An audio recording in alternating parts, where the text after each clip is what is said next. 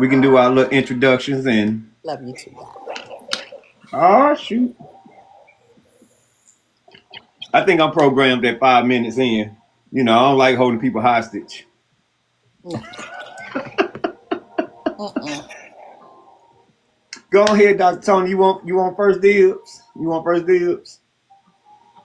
On explaining the conversation and what to expect today? You go ahead. All right. So first thing first, you all. So thank you guys for coming out. Peeking. Oh, okay. All right. TikTok snitching on y'all. Say y'all peeking in. So come on, stop sneaking and peeking from the outside. Come on in and join the conversation. Don't worry. Ain't no, you know what I'm saying? Come on in here. It's a good conversation. You need it. All right. So first thing first. I know, right? Already extra. First thing first. Thank y'all for coming out this Thursday night. You know what I'm saying? On these topics on why did he shut down? Why did she shut down? Why did they shut down? This is a real thing. So the way that this live was designed tonight on purpose, it was designed not to be a debate. It was designed not to be my opinion or Dr. Tony's opinion. It was really designed to get to the core. All right, I want to say root so bad, but since Dr. Tony on here, I'm gonna say root. So there's surface issues that most of us face in every relationship. All right. So you have enough conversations of him versus her and so on and so forth on these apps. What we're working on is surface source solution. What's the surface issue? All right. I'm going to give you some examples of some surface issues that we all face in relationships. I don't care who you are. Some of these topics and surface level issues happens in every relationship. One, finance. There's always a discussion or a situation on finance. And so we have a special segment called Let's Work It Out a little later into the live where we're going to, take roles and whatnot and give some discussions on financial situations. All right. So I don't care if you're rich, millionaire, billionaire, there's always some situation dealing with money, whether it's an investment, so on and so forth. So keep that in mind. All right. Another surface situation is romance. All right. We may think at the core things like I'm not attracted to you, whatever. At the core, there's a root cause of something. All right. So on the surface, we're going to have another situation covering romantic situations. All right. All right. So another surface issue, delivery of speech. Most of us hear in our heads what we intend to say, but our delivery a lot of times don't match our thoughts and our intentions. And when someone expresses to us that, hey, you made me feel this way, you said this, you said that, most times we dismiss it because of our thoughts on what we intended, not necessarily how they received it. All right. So on the surface, the delivery of speech. All right. Let's get to the root of it. The root. I'm sorry, Dr. Tony. Let's get to the root of it and then the solutions. And lastly, conversations that feel like interrogation. All right. If we really want to talk about why do people shut down, boom, you got conversations that will feel like interrogations. All right. And so after we go through these scenarios, these situations and whatnot, we always got to offer solutions, baby. You know what I'm saying? We cannot do this live and talk about the surface situations and have a discussion without offering a solution. So that's my spiel. That's my introduction to the conversation, and hopefully throughout this live, you guys invite some people in, you share it. You guys have your journals and your notes and you document. And then also feel free to leave a comment. Feel free to come up and ask questions. You know what I'm saying? They look good on you too. They look cool. All right. I bet y'all won't do it again. No, I'm just playing. So all in all, feel free to ask questions. You know what I'm saying? Leave comments and give suggestions on something you want us to discuss. Because this ain't about me. It's not about Dr. Tony. It's not about us. It's about a collective unit of all of us. All right. Let's roll. Dr. Tony, what you got to say? You ready to get started? Yeah. You want to add anything to anything I said? Anything I left out? You know I don't. See, I know, Esley. I know. It sounds so weird, doesn't it? Let Dr. Tony know. Let me be great. On Monday, you will be rooting it to death.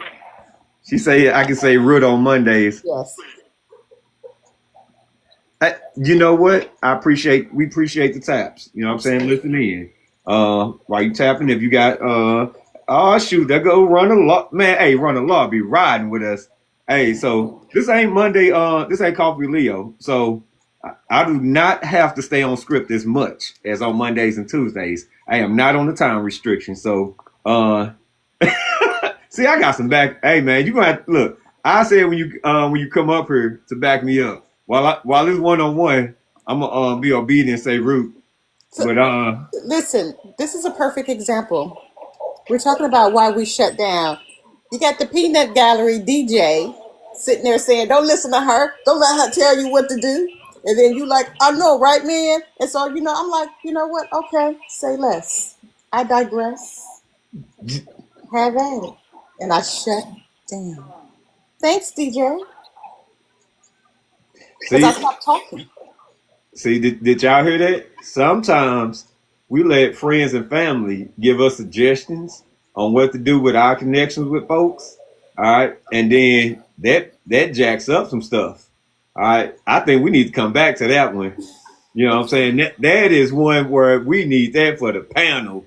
All right. So when we get the panel and get folks up here with us, I think we definitely coming back to that one. Because last week we had a scenario and a situation that we're going to discuss as well. That was a perfect real-time example. Mm-hmm. All right. So without further ado, me and Dr. Tony will ask some questions to each other to get some clarity. I'll let her go first. You got the mic.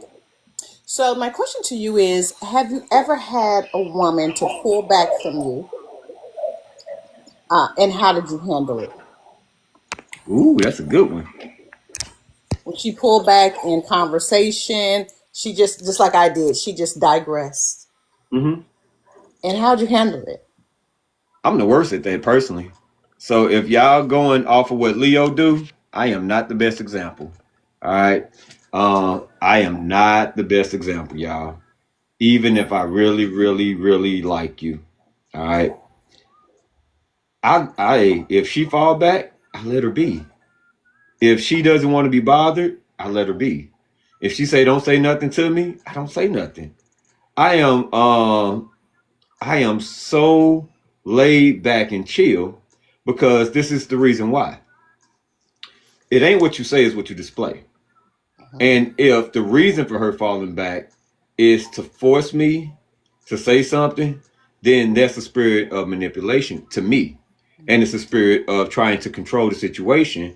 And it can also be a form of punishment that I'm going to punish you with my quietness and I'm not going to say nothing to you. And you're going to feel my anger and my wrath. And until you do how you move, how I want you to move, I ain't saying nothing.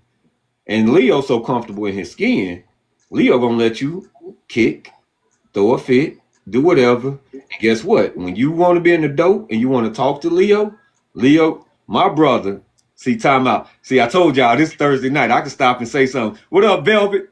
My dude, hey, that's my guy right there. All right, back to the lecture at hand. So when she's ready to talk as adults and when she's not throwing the fit, cool. Now, if she just regrets and don't say nothing, I respect the space. You know why? Because she may be emotional and I have a level 2 rule. I can't have a level 2 rule just for me. I got to also offer it for her. So she may be past her level 2 where she may say something she may regret or pop off at me or whatnot. My brother, what up, Walt? So on and so forth. So I take it as if she regrets and she fall back, it's for a reason. If she may say something out of frustration or whatever, and I want my baby at peace. I want her to be able to talk to me with love and care and want to be able to talk through this thing. So guess what? I'm not going to antagonize her and egg her on and force her to say something during a time where she may be emotionally charged. And that's when you get certain things to say it that you get offended intentionally or unintentionally, and then that causes more issues. So for me, I just fall back and let her have it. Okay. You said a lot. Uh-huh. What if it's not an argument? What if she was offended by something, right? And she just, for example, let's just use the conversation that we just had with DJ saying, don't let her do that to you, right? So I just, you know what? All right, have at it. I just step back. I'm not angry. I'm not kicking and screaming. I just said, you know what? He values his opinion more than he values mine. So I'm going to let him have it. There's no arguing. There's no anything. But I pull back. I just pull back. And so the illustration you gave, which when you said, you know, when she get ready to talk, we'll talk. When she want to be mature, it may it may not be all of that. It's not being immature. It's women shut down for three reasons. They don't feel appreciated. They don't feel heard and invalid. They just feel like they just don't matter. If they feel that way, that's not always a result of an argument or her reaching level 2 or level 3. Sometimes it's not even that, and I think that's the easy way to see it.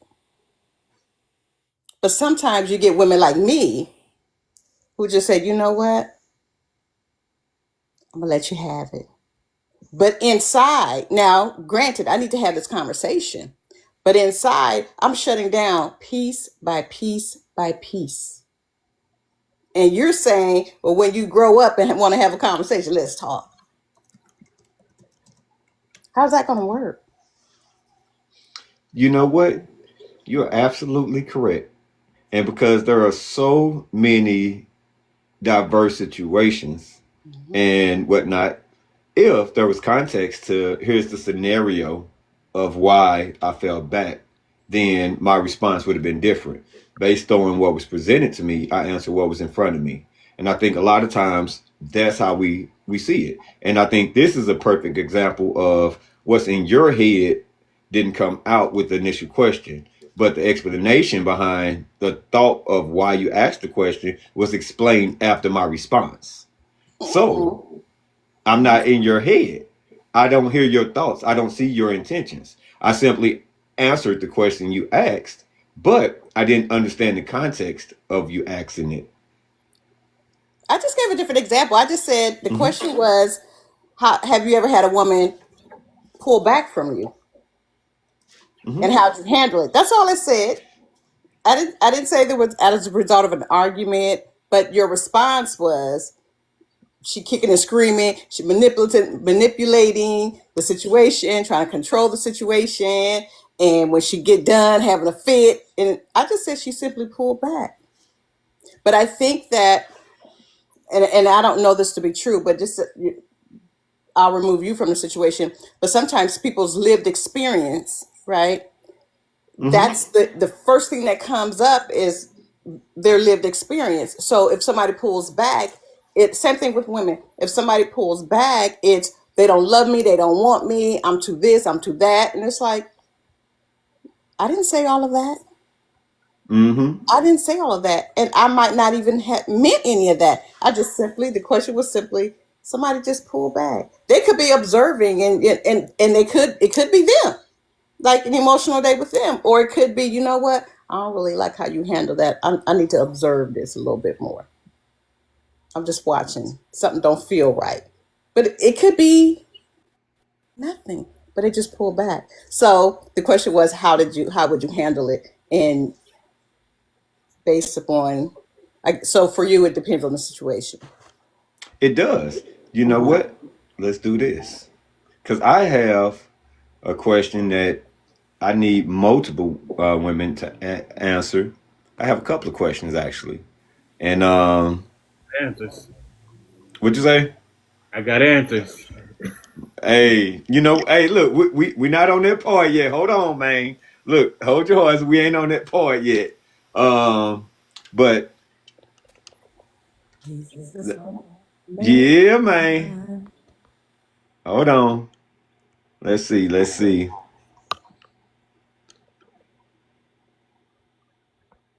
He said EE experience. He said that it could be a form of manipulation. Not that it necessarily was.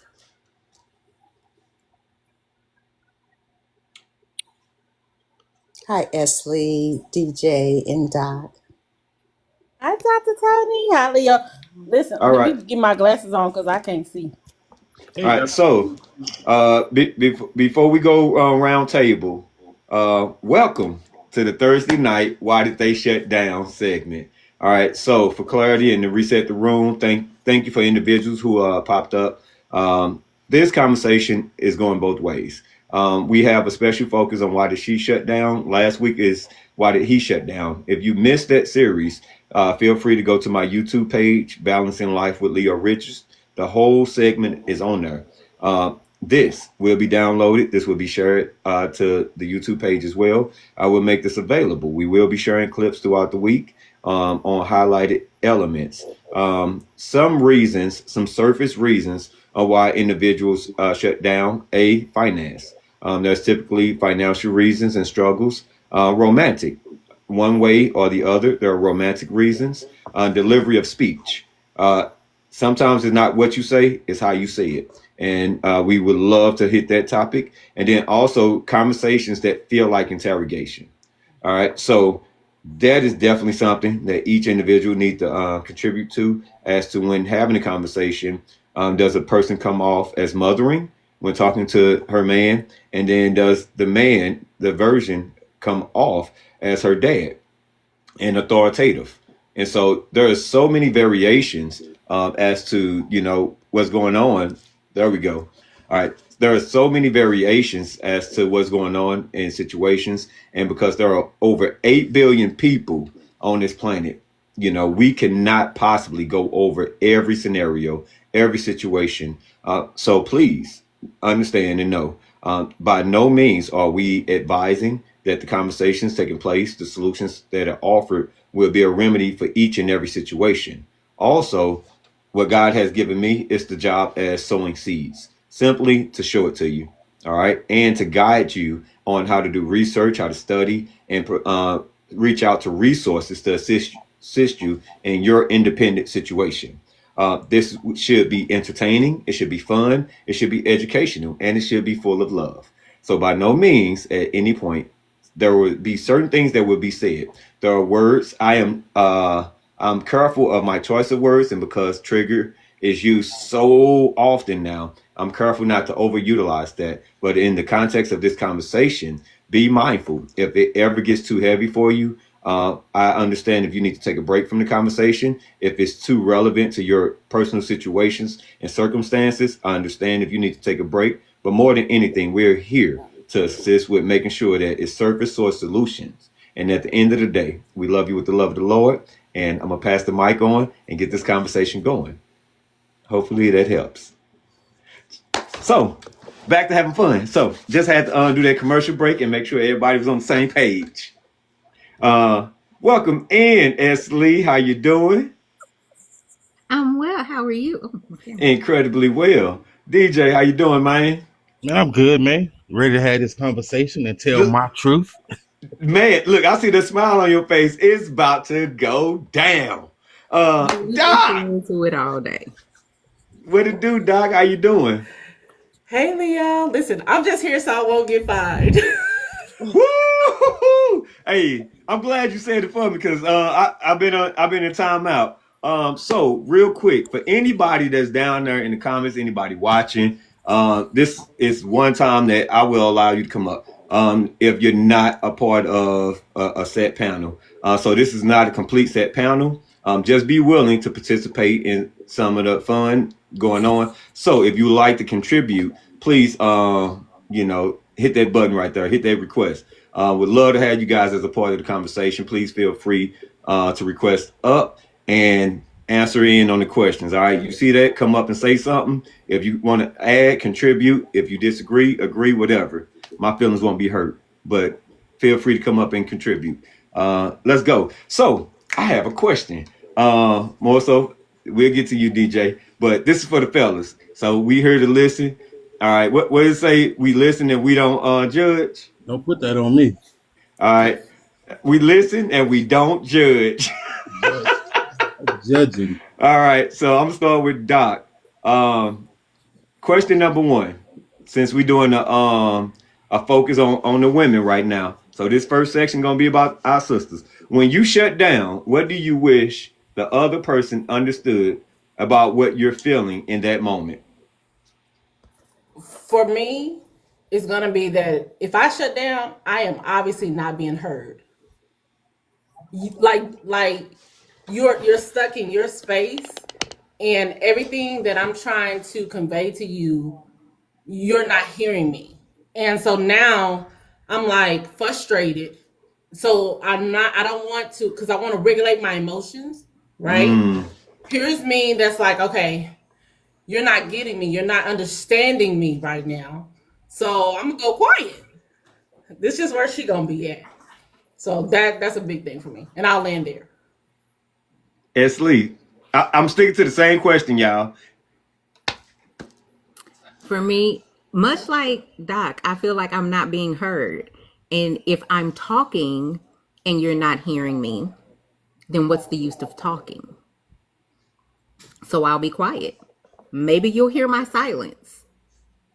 And maybe you'll care enough to wonder why I'm being silent and then come with an open mind and an open heart to hear what I'm trying to say, to actually hear me.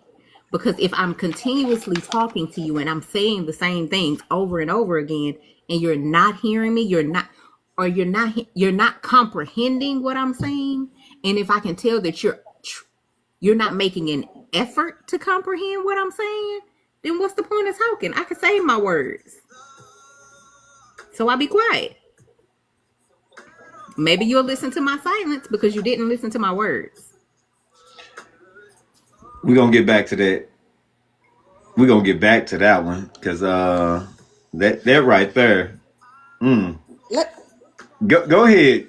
Go ahead, Tony. DJ, Now, I'm gonna need you to get it together. I'm gonna I'm need you to trying. get it together. I'm gonna I need have you not to said get it anything. together. Your face is speaking loud. Okay, I'm done. That's all I wanted to say. Hey, bro. Look, What's I going got on, your brother back. Kaya? Hey, Cookie, would you like to answer that question? Sure. How's everybody doing? How you Hello. doing? Welcome up. Thank you for joining us. Yes, thank you. I would have to say what the ladies are also saying, agreeing about not being heard. And I would also add in that you're not interested. You don't, you're not interested in what I have to say. So again, what is the point? You go do what you need to do. I'm going to do what I need to do. Okay, Dr. Tony. I shut down because people do stuff like DJ doing. DJ, Hold on. That wasn't the question. what's your question? The Okay. question was, when you shut down, Uh-huh. what do you wish the other person understood about what you're feeling in that moment? What do I wish that I wish that he, I Try and wish, jump on my brother. Nah. I wish that he understood the purpose of my shutdown. Okay. Um, being heard is is equivalent to respecting me. So if you're not hearing me, you don't even respect what I have to say. So as the women said, and that was one of the things that I said, that one of the three reasons, and there's many, but definitely one of the three reasons that we shut down is that we don't feel heard. So again, like Esley said, why am I continuing to talk if you're not listening to me? So I wish you understood why I shut down. Now, I will say this. Before we shut down, there's notice. There is notice. We just don't stop. There's notice. We giving notice. We waving flags. We saying, listen, Please hear me. Let me say this. Please understand. We give notice. And once that notice is disregarded, then we shut down. Okay. Well, first and foremost, I'd like to welcome to the room Pioneer T. Williams. Thank you for joining us. Is it I Am King? Kaya. I Am Kaya, Kaya? Yeah, All that's my right. bro right there, man. That's my buddy right there in real life. I got one too. You know what I'm saying? Look, hey, it's Kaya is Thursday. my buddy in real life too. Look, this Oh, Thursday night. It ain't Big coffee guy. with Leo. Look, oh. Well, I think he's all our buddies. Yeah. I've been Leo. I've been gone for a minute, man. I've been gone for a minute, but this is my family, man. And since you hosting and you got them here, you family too. That's all I got to say. hold on. Y'all know why he my buddy? I'm a ask Doc. Guess why he my buddy? Y'all heard it. Y'all know why he my buddy now. Because he Go said go. man or something. Exactly. Yeah, Look, you man. became the moment I heard mine, I knew we was on the same page, bro. Look, So hey, look, much love to everybody in the panel, everybody in the chat, man. Good to see you, my brother. all right. So I'm not gonna start with DJ because they gained up on him. So I'm gonna start with Pioneer T. Williams. Man, Did you get a chance to hear their answers on that first question? I did. All right. Would you like to give your thoughts on it? I respect their comments, and I also agree with their comments. But I also have a rebuttal to the comment. The rebuttal is that if you go to a foreign country, which I have been in several foreign countries, and I try to communicate with someone, whether that's German, Spanish, whatever, and they don't understand what I'm saying, I begin to use sign language, facial expressions to try to get them to understand what I'm saying. And they still look at me in big eyes trying to figure out, articulate and comprehend what I'm trying to say. And they pop their head, yes, and they point and they give you direction and all these different things, and they still yet do not understand what I'm trying to get them to understand. But yet and still I move forward as if they did. And a lot of times in our relationships, you all share things with us that we truly just do not comprehend what you all really want us to comprehend. But for the sake of peace, for the sake of comfort, and the sake of continual safety, we bob our head. We say yes to give because we heard it several times, but yet and still we don't get it. Yes, we hear it, but we don't get it. We try, but we don't understand the importance of it. And if I ask after I'd heard it a million times, it's gonna be like I haven't understood it because I should have understood it the first time. Not your fault, but my fault that I didn't understand it the first time. So now that you've asked me 10 times, I'm embarrassed to ask, what did you mean? So now I'm just blowing it off as if I understand because now I'm embarrassed.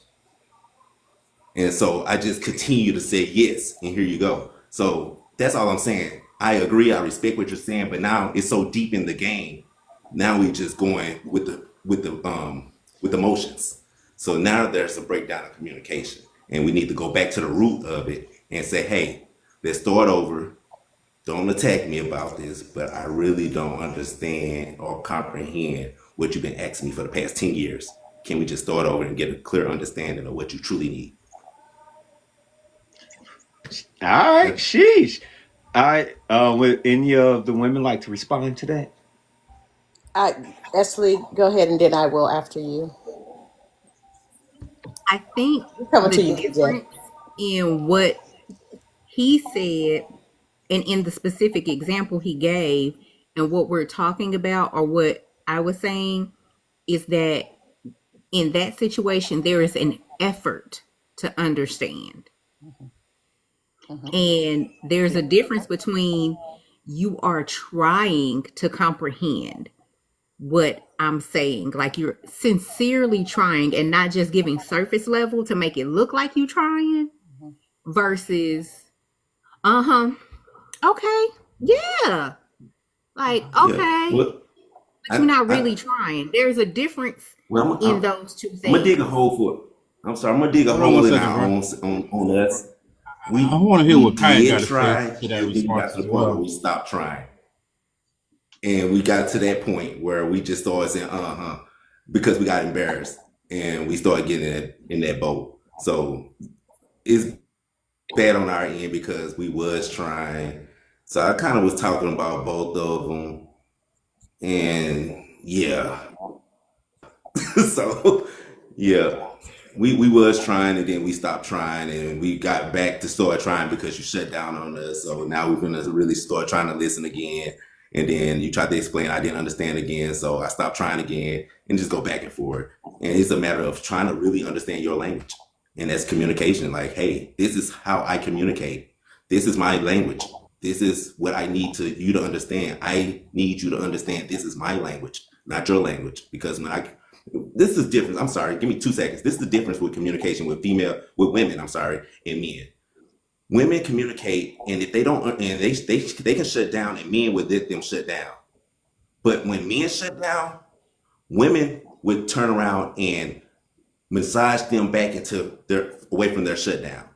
They would start communicating in the men's language. Y'all bilingual. Men typically is not bilingual. So you have to understand that and give us some patience and get some patience and actually teach us your language. We're not bilingual unless you teach us bilingual. So for whatever reason, since you all birthed us, y'all for whatever reason are bilingual. We're not. So that's all I'm saying for as love language.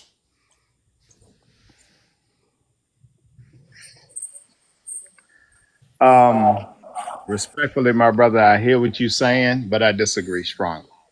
I get it. Men are bilingual as long as you are willing to learn the language.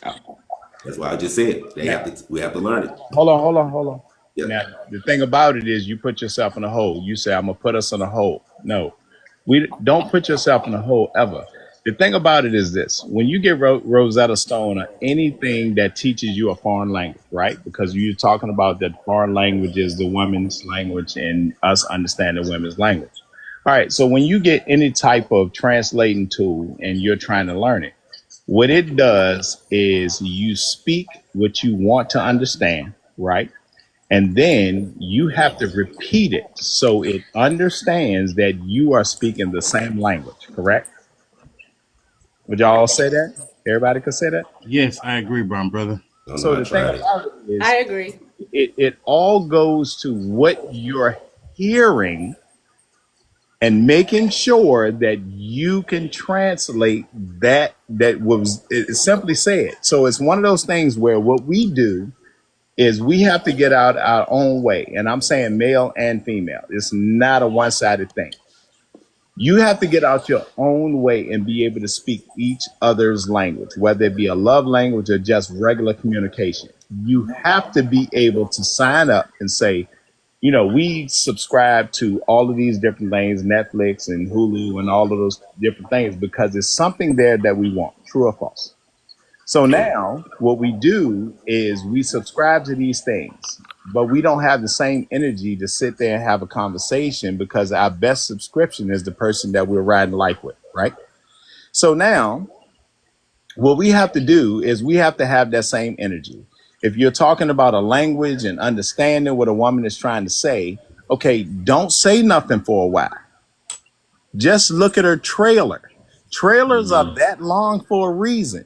You have to sit there and you have to decide whether or not this is the movie or the show you want to watch based off of not what's written, but the little snippets that they're giving you. Everybody comes with a warning label. It comes with side effects and all of that type stuff. They tell you in advance. It's just your interpretation of what they're saying. If you're listening to what they're saying and they say, this is an issue for me, this is a trigger for me, this is a trauma, whatever language you want to use. So what you need to do is be able to say, okay, I can deal with that and I can deal with that. This is not the movie that I'm signing up for. right? And it's just in truth. It's whether or not you're strong Mm-hmm. enough, you have the capacity to deal with the bandwidth to understand exactly what's going on in that moment. And if you accept it, it's not a failure. It's just you saying, I'm going to try. Now, did you do your due diligence in yourself and say, I can handle all of these things? So the analogy, let's just use like subscriptions. All right. Everybody don't like, they really don't like comedy, the drama. You know how, you know what you like. You know what I mean? I'm a mystery guy. So I want to figure out stuff. I want to know exactly what it is. So I don't mind some of my stuff being in the dark. I want to be a part of the who done it so I can solve it and get to the end. Some people just like comedy. Some people just like dramas. They just want to cry and all that. And that's what you subscribe to. But you have to understand that's a choice that you're making. And a lot of people just don't get it nowadays. You're making that choice to subscribe to that genre. And you're saying, hey, okay, I like this lady. And the reason why is because she told me this, this, and this. Well, okay, well, if she was up, it hit him or her. Okay, if she told you that this is her issues and you join that and you say, I'm going to put my monthly subscription in. You already read everything else. You saw the trailer. You know what's coming next. You're just waiting for the date for it to be launched. Now, the thing about it is, some of these things have longevity where you're going to have 39 seasons. Some of them ain't will work but one season. And you get mad when there's not a second season. That's the best analogy I can give you, man, because like my thing is, I'm like, we put too much stress on other people and it's us that's doing the damage. That's what we subscribe to. You got to honor that. You got to be like, yeah, that was me. I chose that. I've been in 2 failed marriages and both of them ended up the same because I was an overachiever and they was like, well, he did it all, so I'm good. And then they chose somebody else. Now, this is not about me, but I'm just saying that's what I've subscribed to. Same subscription, 2 different people. I chose Netflix and Hulu. They gave me the same answer. Now I'm looking for something else. You see what I'm saying? DJ, you feel what I'm saying? I feel you, bro. But so I'm not condemning you, Pioneer. I'm just saying, man, we just gotta know what we talking about. We gotta know what we subscribing to. No, you good. We had 2 different viewpoints because I'm tracking. Hold on one second. And you Much gave me the love, answer bro. because you speak Hold on on the one second. dating side of it, and I'm dating on the marriage side. Hold on 1 second. Hold Pioneer. on. I want to go to A Cookie and then Doc. Want to stay on track here with the original question. All right. So the original question at hand was when you shut down. This is for the women. When you shut down, what do you wish the other person understood about what you're feeling in that moment? And then also, before we continue, I want to ensure that we don't make it personal. Again, the initial setup of this was not to make it personal. The scenarios that I have, and this is what I do know. Some of this gonna hit home. So we are going to have okay. So we are going to have some situations that hit home, but let's just keep in mind we want to be respectful one to another so that we can be productive in these conversations. A Cookie, you remember what you were going to express? It was to go to that gentleman's comments, his rebuttal. I was going to say Okay. something in. Do I need to wait? No, you got the mic. Oh, okay. Well, one thing when he started off speaking about going to a foreign country and speaking and trying to get them to understand him, I was thinking, okay, wait a minute. Is that what we're talking about? Because that can happen with anybody. You go into a foreign country and you don't know the language well enough to convey it.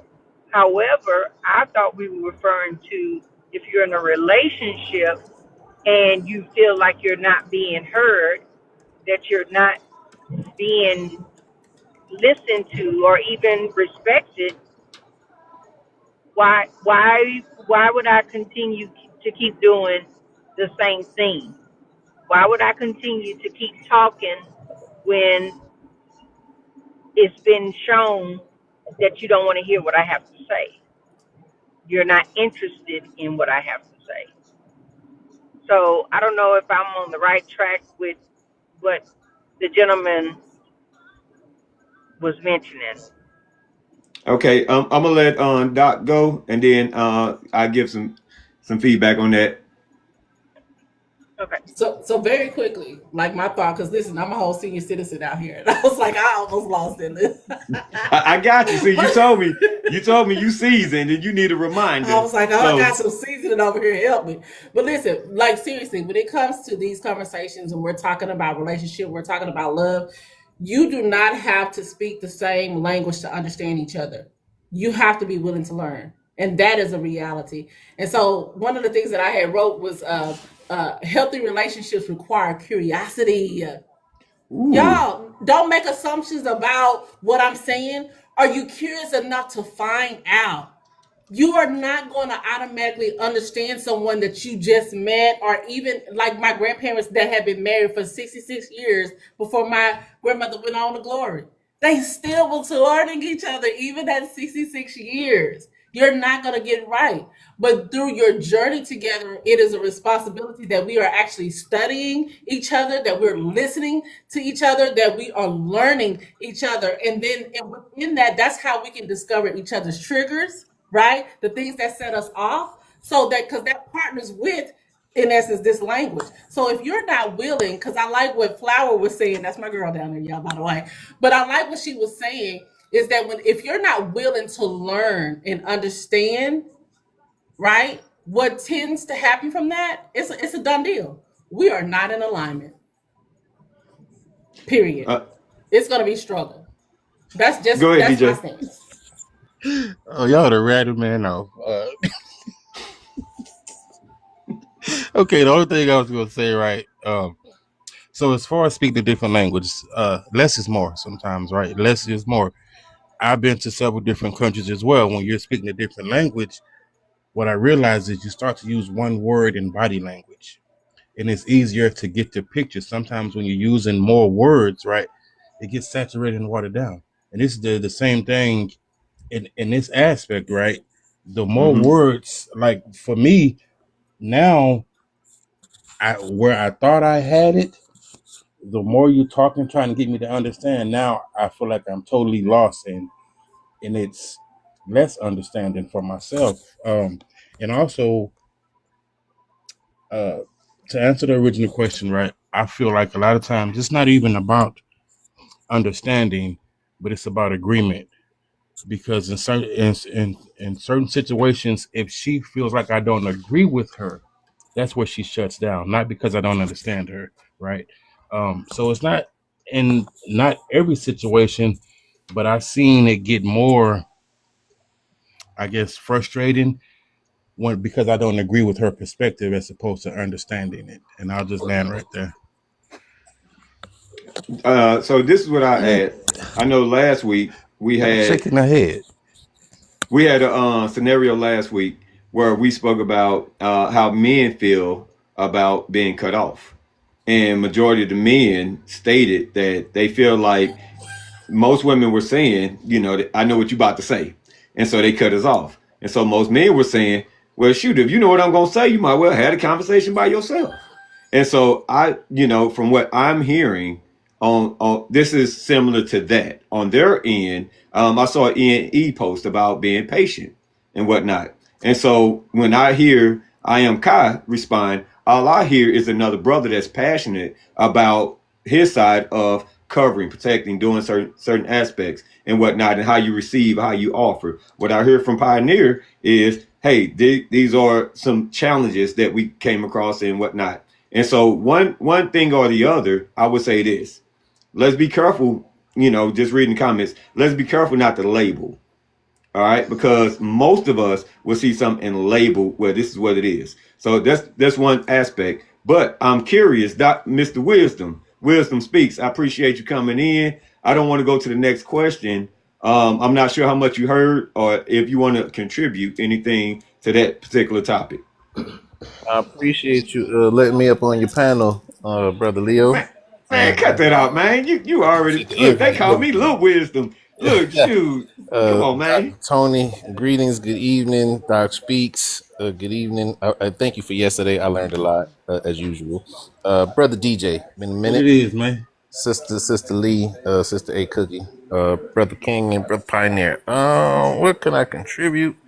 Other than I think DJ was right on the nose, with decreasing the amount of language, and I think what we're missing is the simple things about patterns, about emotions, and not in so far intelligence, but how to connect to energy. Not so much needing to be right, but needing to be in the feeling moment of what is good and what's not good.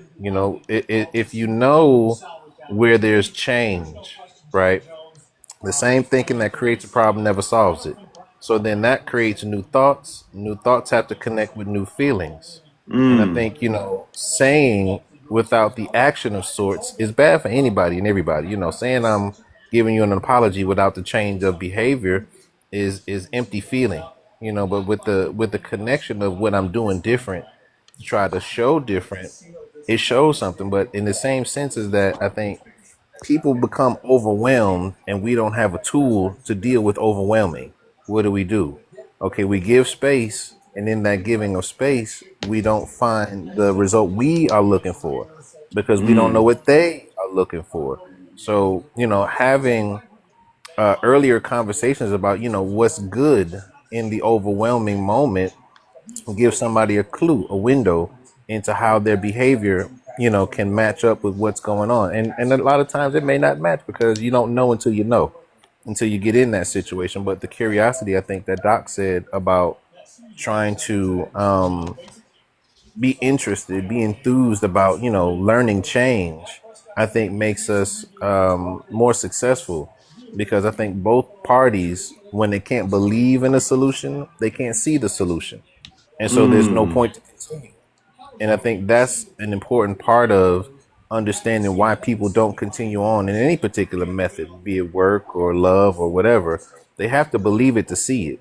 And many times we want to see it to believe it, and that's a good way to manifest it, to attract it and all those things. But you have to be prepared, to stick and stay if that's your choice. So I think there's a few things that we can reduce simply without words into learning our behavior and the actions that suit that behavior to match the goal. But I'll land right there. all right. So, real quick, you about to say something, DJ? No. I was just All agreeing. right. I just said that's good. Man, that's good. It's something that I've always heard and thought, and you just ignited perspectives in my mind, wisdom. And so there's something about perspectives that I shared a long time ago with some individuals. And the perspective was, as long as there are second, minutes, and hours in a day, time will move forward. As time moves forward, we will all grow older. As we grow older, certain perspectives in life will change. As those perspectives in life change, so must we. And when that person, that partner, sees a different light and perspective, and it may not be at the same time that you get that revelation and receive it, but perspectives change in relationships. It doesn't matter if it's a month, a year, 5, 7, 10 years in, and it doesn't have anything to do with alignment. Sometimes when you get a revelation on something, when you receive knowledge and education as you study to show yourself approved, perspective changes us. And I love what you said. And as long as you're in a relationship with people, it doesn't matter if it's friendship, romantic, whatever, as you both grow and perspectives change, so must we. And I think a lot of times we fail to realize we are no longer speaking to the introductory person that we met whenever. There it is. So, next question. And then after this question, we're going to go into the let's work it out role play. All right. So, after this segment of question, so I have a question for the ladies again, because this segment, we want to focus on what makes her shut down. We did the brothers the last time. So, what creates a safe space for you to reopen? What actions, words, or behavior help you come out of shutdown mode? And I'll start with A Cookie. One thing that has come out that I have come out of shutdown mode is someone willing to dialogue with me about the shutdown. They're willing to say, okay, can we talk about it? They're willing to listen. I do want to understand what you're saying, and I want to do that with you. So that is one way that I would come out of a shutdown. But if I still see there's still resistance and not a listening ear, not a judgmental ear, a lack of respect, I'll shut back down again, and I'll shut down even longer. Am I saying? Okay, and then before you go, Doc, Flower, it's about pivoting. As we grow and we learn and perspective change, if you're unwilling to pivot, then you're choosing to go separate ways. It's not about being unaligned again. If you're willing to pivot, just like A Cookie said, if I'm willing to hear her out and discuss why she shut down and talk to her, we can work anything out. There is nothing that we cannot work out as long as we're willing to pivot. Doc, do you need me to repeat the question? Oh, for me, when it comes to safe space, my most vulnerable, how I respond and how I'm able to recover, it comes in knowing that I feel very protected by him. I feel heard by him. I cannot listen. I gotta lean in on that. I feel heard by him, and not just heard just because you listening just to get the conversation up. That you actually comprehended what I'm saying, which ties to understanding. Like that's a big thing for me. If we can get there, then we can pretty much conquer some things. But if we can't get there, then I'm not gonna feel safe with you at all. So I'll land there. Ashley. Um, I think much like what the ladies before me have said, my willingness to come out of a shutdown um comes from being heard. Like the actions come to me and sincerely say, "Hey, listen, I'm not trying to live like this. So let's try and work through this. Have a tool. Do we need to go speak to a third party? Like, is there like have a plan and be sincere? It's about the sincerity at the top of it. Be sincere and say that you really want to hear me. You really want to get an understanding, and you want me to hear you because in some situations the shutdown is mutual. You know what I'm saying? But if you come and are sincere, that's the thing for me in particular. It's the sincerity of it. If I feel like you are being sincere and you sincerely want to understand what's going on, what caused this issue, what caused this shutdown, so that we can comprehend and we can understand each other, then I'm good. Now, if you just did it because you want some bedroom activities, stay yourself where you was at. Like, but it has to come from a sincere place. And if you are in relationship, if you on a ship with somebody, and I don't care if that's a romantic relationship, if that is a friendship, if that is family relationship, when you're on a ship with somebody, you are familiar with that person. So you can sense when they are sincere and when they're not. Dr. Tony. What kicks me out of a shutdown is initiating the conversation, initiating um, the desire to want to communicate again. Because if I shut down, um, I'm one of those people that I'm gonna meet you where you are. Mm. And so if I find that you are at a certain place, then I'm just gonna meet you where you are. So a person would have to come to me and initiate. Because remember, I said there's always a notice. I'm always given a notice. And so if the notices have gone unread, unanswered, then I'm gonna need that person to initiate it because I'm not gonna come back and ask you to hear me again. No, I probably won't do that. Okay.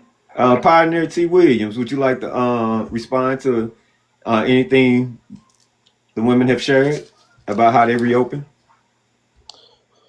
Yeah, I I always have struggled within that area because I've been married for 20 years, and my wife has always been the savior to that side of things. She always has been the one to say, "Hey, we can't go to sleep like this.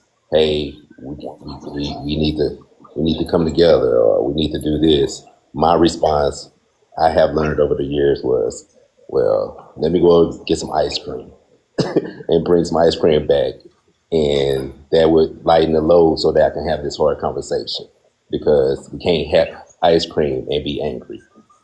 That will allow me to be able to have my first words with her because I want her to be able to receive me, especially if I did something, So I agree. Me coming to her makes it a lot easier if she shuts down. Um, but I have been the stubborn one, and it's always been my wife to be able to come and say, "Hey, we need to talk," and I've been able to be willing to be the one to come out of my shutdown. So yeah. I am Kai.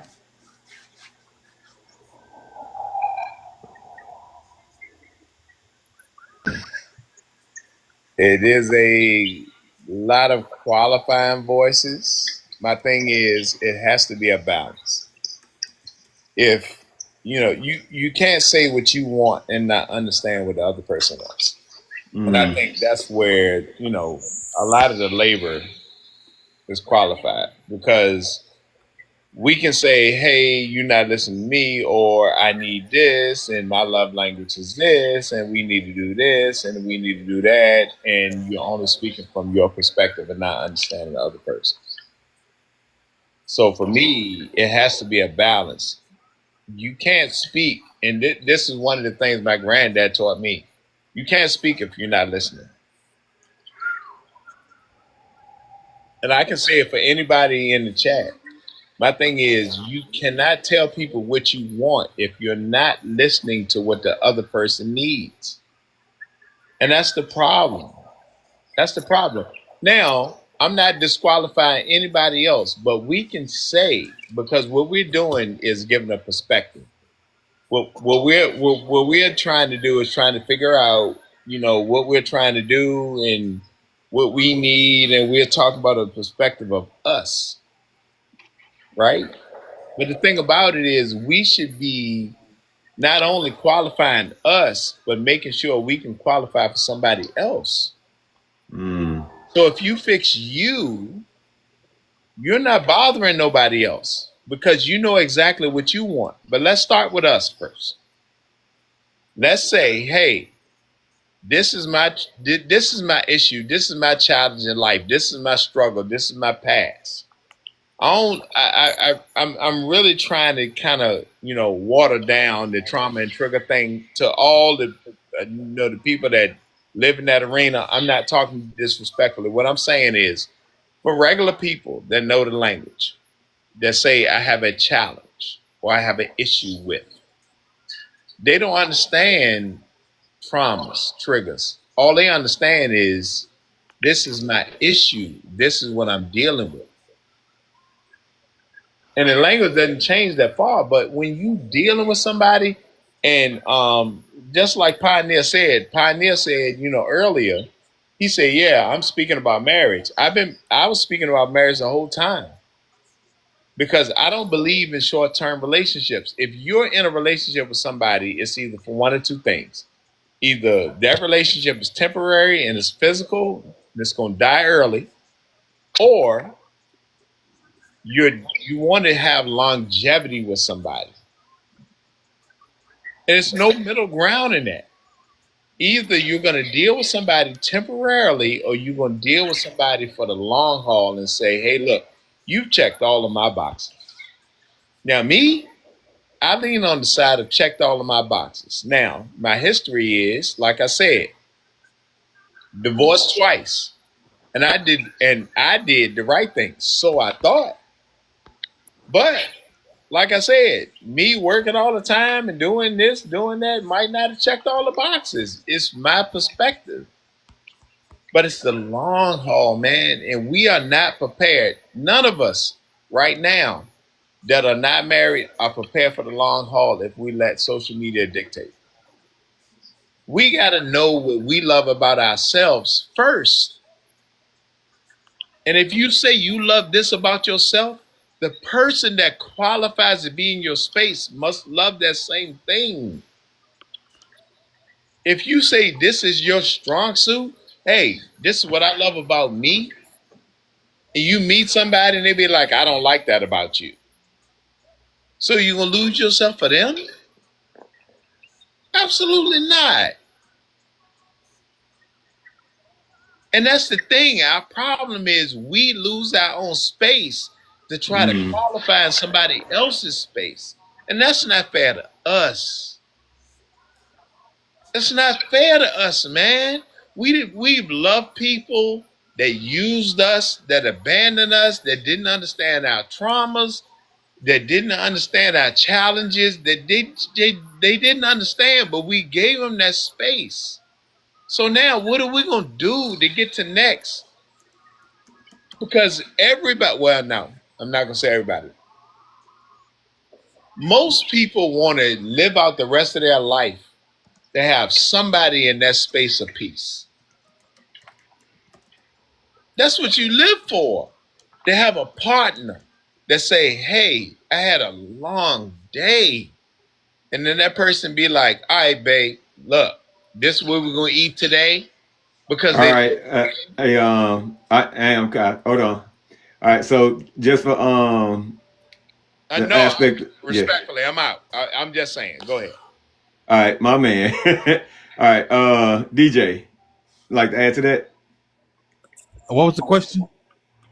If you want to respond to anything, the sisters.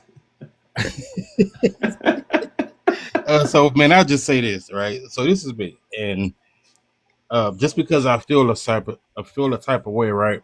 Yes, I understand those feelings are valid, but it doesn't necessarily make the way I feel truth, right? Because I understand in a lot of situations I can have a slanted perspective. Also, just because it comes out of my mouth, just because I say something, then it might not be a reality. You know, it may just be how I'm perceiving it, right? So because of that awareness, I'm willing to listen to try to get a better understanding. I'm willing to apologize. I'm willing to sit in a certain space that may be uncomfortable because I understand, yeah, I see it this way, but I'm pretty sure that's not how she meant it. If that's how she meant it, then maybe we shouldn't be in this relationship. So I have a keen sense of awareness that allows me, space to apologize when I'm wrong, space to listen and really want to fix certain situations. And I'm also the type of person to reflect on how I said something. So maybe I need to go to her and bring this back to the table in a better way because I don't want to leave it, tight or uncomfortable. And I just wanted to say that now, man, right there.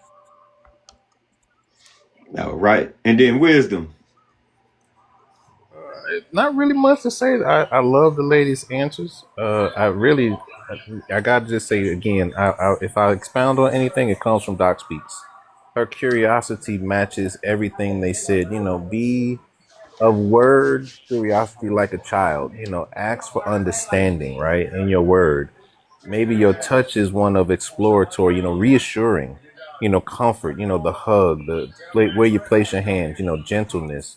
And then the energy. The energy doesn't always have to be a serious energy, but it has to be a focused energy. You know what I mean? So if anything, I'm expounding upon what the sister said, and it summed up everything, and all. I think the ladies had different versions of, be curious about what's wrong, be curious about my change, be curious about the nature of, what I'm needing in the moment, because, our desires and needs, I said the other day, and many times don't match, and it becomes word salad.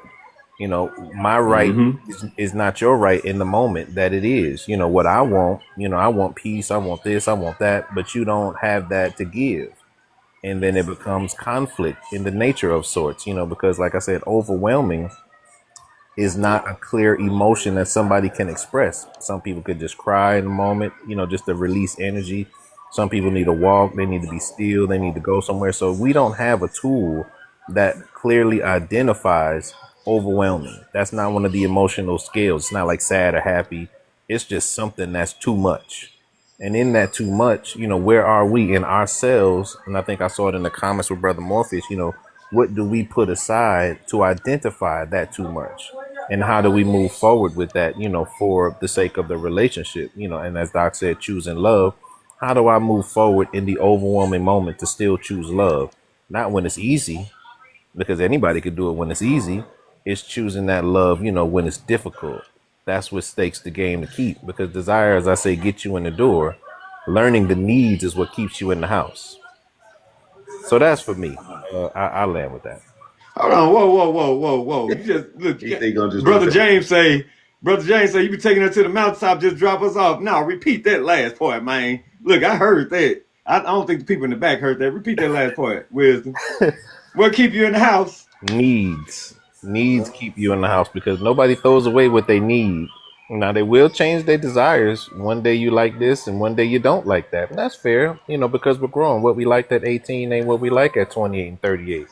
That's fine, and that's to be expected. But what we need in that moment is still the same thing we need, and we keep our needs. So when people say, oh, they spinning the block or they going back, and because there's something they need in that. And they have not found it anywhere else. They have not satisfied. And that's what we're looking. We are looking to satisfy our needs. And in many ways, we have to understand that is the goal, to be needed, and we have to think differently, because that's not word salad. Our needs need no words. That's where we get to grown folk and we doing other things, because we don't need words for that. For a good hug, to embrace somebody, to bring their pain or their joy into you, you don't need a word. You need to understand that energy. You need to understand that feeling and how to connect to it.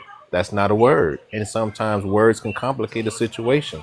So when ladies say, less is more, you don't always have to talk to me, just give me that reassurance by understanding that you're trying to reach out and connect to me, to connect to that energy, because sometimes you don't have the words to give. Like Brother DJ might say, you don't always have to try to complicate the situation, with intelligence. That might just get in the way, because it might not match at the same time, but you can always reach out and connect to that energy, with reassurance, with a focus, because seriousness might not be in the moment, because again, just try to focus on that need, stay in the house, and don't just try to get in the door. I land. Man. Morpheus, welcome up, brother. Hold on, Esley, 1 second. Hey, Morpheus, welcome up, man. Did you want to expound on that? You saying some good stuff down there.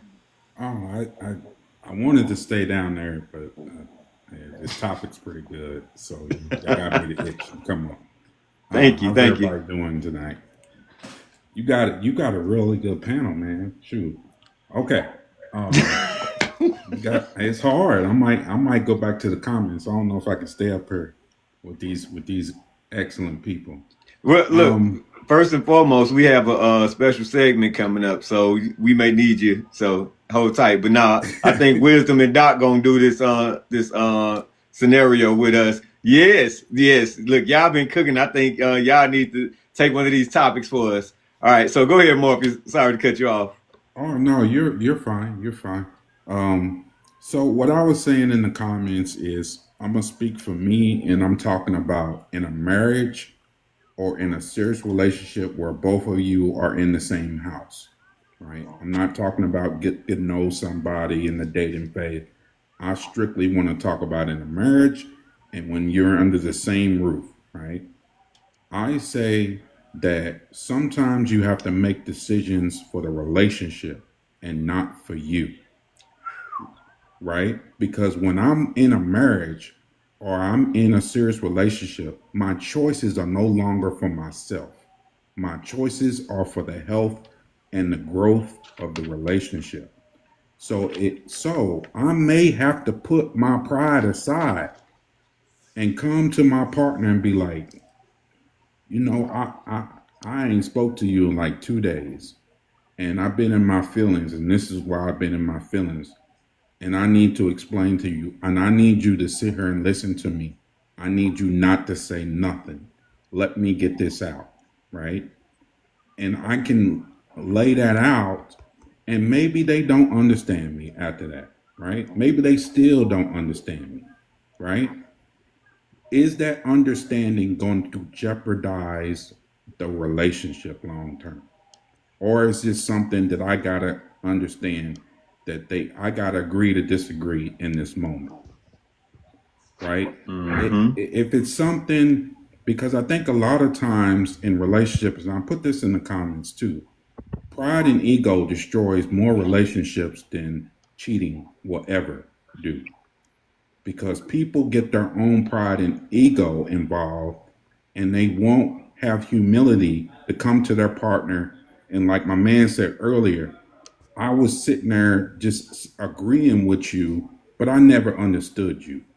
And I had too much pride and ego to tell you that I didn't understand you. And I was just agreeing. So now I done dug myself in this hole, and now you in your feelings, right? But I still can't come to you in humility and say, babe, you know what? For the last 3 months you've been talking to me about this, I ain't been paying attention. I ain't been listening to you. I ain't been hearing you. Can we start over? You know, can we talk about this so I can now be more focused and be more understanding? You got my attention now. And now I can focus on what you were trying to tell me. Because we all have life things happening, right? We got stuff happening at work. We got stuff happening with kids and grandkids and cousins or whatever. So sometimes my attention may be somewhere else and not on my partner. And that's just life. So you may be in a situation where you need me to be attentive, but I'm not attentive because my mind's somewhere else. And that's just being human. That's not being malicious. So I got to be humble enough to come back to you and say, you know what? You know, we were talking last week. I wasn't even hearing you. My mind was totally somewhere else. Can we start this over? You got my attention now. You got my focus. Let's just go over this again, right? And then if I'm in my feelings, look, old Morpheus, 22-year-old Morpheus, I ain't never circling back on nothing. You didn't hear me? I'm out. I'll find somebody else to listen to me. But now I'm like, if there's a problem, I want to fix the problem. And if that means I got to eat some humble pie or I need to put my feelings aside, if it ain't going to destroy the marriage or relationship, I will do that. Right? And maybe 6 months down the road, I'll bring it back up again. Maybe you're in a different place and you're willing to hear me in that moment. Or maybe I'll try a different approach. Maybe I'll try something different to get your attention. That's just me. I'll land there. Man, if that brother didn't say some good stuff, boy, hopefully y'all didn't miss any of what, man, look, I'm screen tripping, y'all. Dr. Tony, take over while I get the screen, please.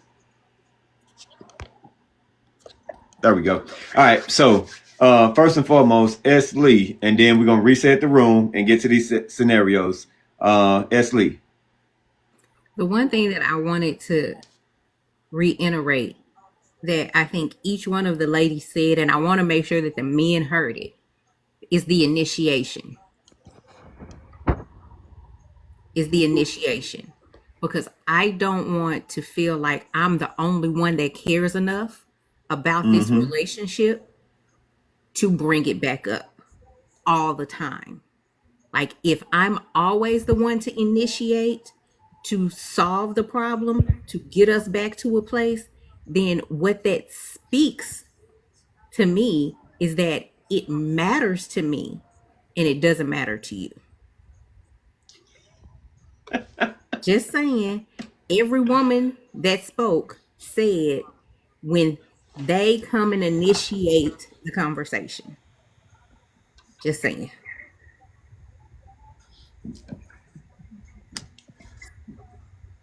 Go ahead, Dr. Tony. Um, We hadn't heard your voice in a minute. well, there's Look. a lot going on. There's been a lot going on. I put the check down. Um, um, I think that first of all, I want to offer a possible line of communication for women to say to men when they are on the verge of shutting down or have shut down. And this is what I say.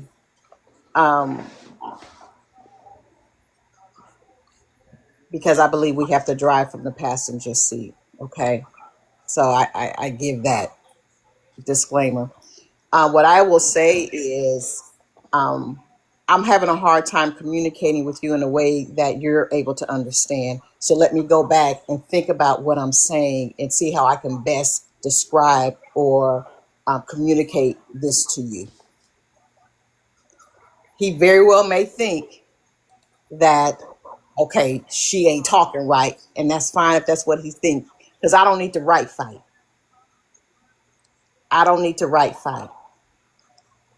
I may not have another way to communicate because I don't think that I can't get any more basic than that. Like, I don't know what else to say. However, so that we can keep some form of communication, I will go and say, let me take some time to see how I can better communicate what I'm trying to say to you. Because I want you to really understand what I'm trying to say. And right now, I'm not able to do that. And then that's it. Possible solution. That's all I wanted to say. All I gotta say is yes, ma'am. Look. My brother say grab your pens. Yes, ma'am. All right, so let's reset the room. All right, and we're gonna move over. Thank you guys for the follows. Thank you for the gifts. Thank you for the love. Thank you for the taps. Thank you for sharing all of that good stuff. So we're going to reset the room and go into our special segment. Let's work it out. So as I reset the room, I will say this to a lot of what has been said. One, we've heard our sisters on here express, their hearts, their desires, their preference, so on and so forth. I respect it. And then we gave the brothers an opportunity, and hopefully, prayerfully,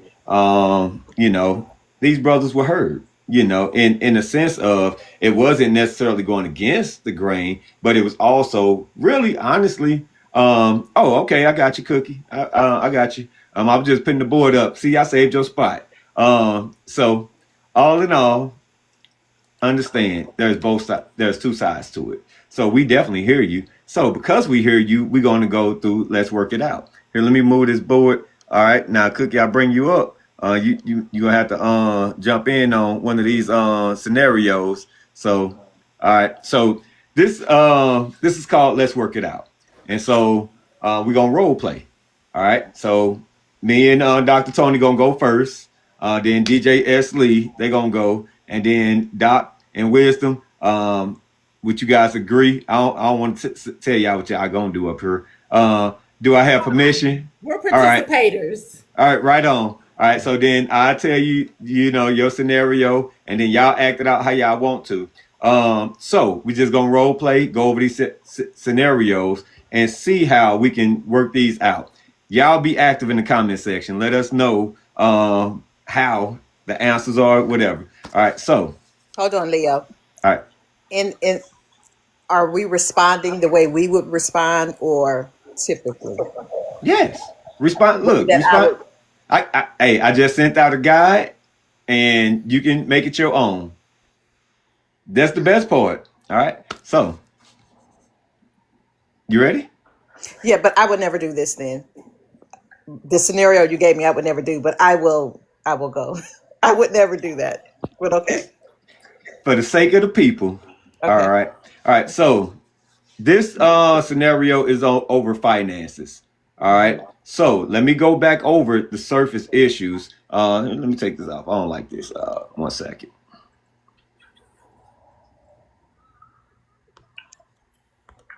I don't like that for this. All right, there we go. I like that better. All right, so surface source solutions. So on the surface, mostly when you have issues, is dealing with finance, romance, delivery of speech, and conversations that feel like interrogation. All right, so me and Dr. Tony, we're gonna kick off on a scenario pertaining to finances. All right, so in this situation, a couple agreed to tighten their budget for the month because they're saving for a trip. One partner goes out and impulsively spends $2,500 on clothes, forgetting to mention it beforehand. The bank alerts them to show the charges. So, all right, I'm gonna be partner B. Dr. Tony gonna be partner A, and she didn't spend too much money, y'all. All right, so let's go. Action. Tony. Yes, dear. I just got this statement in the mail. Why do I see an extra $2,500 charged off? I thought we were saving up, man. What we doing here? We are saving up, but I was saving up a little extra because I knew that I wanted to get some things for the vacation. I'm lost. Saving up extra. We Yes. agreed that we wasn't going to spend anything extra. We saving. So how are you saving up? We already had this lined out.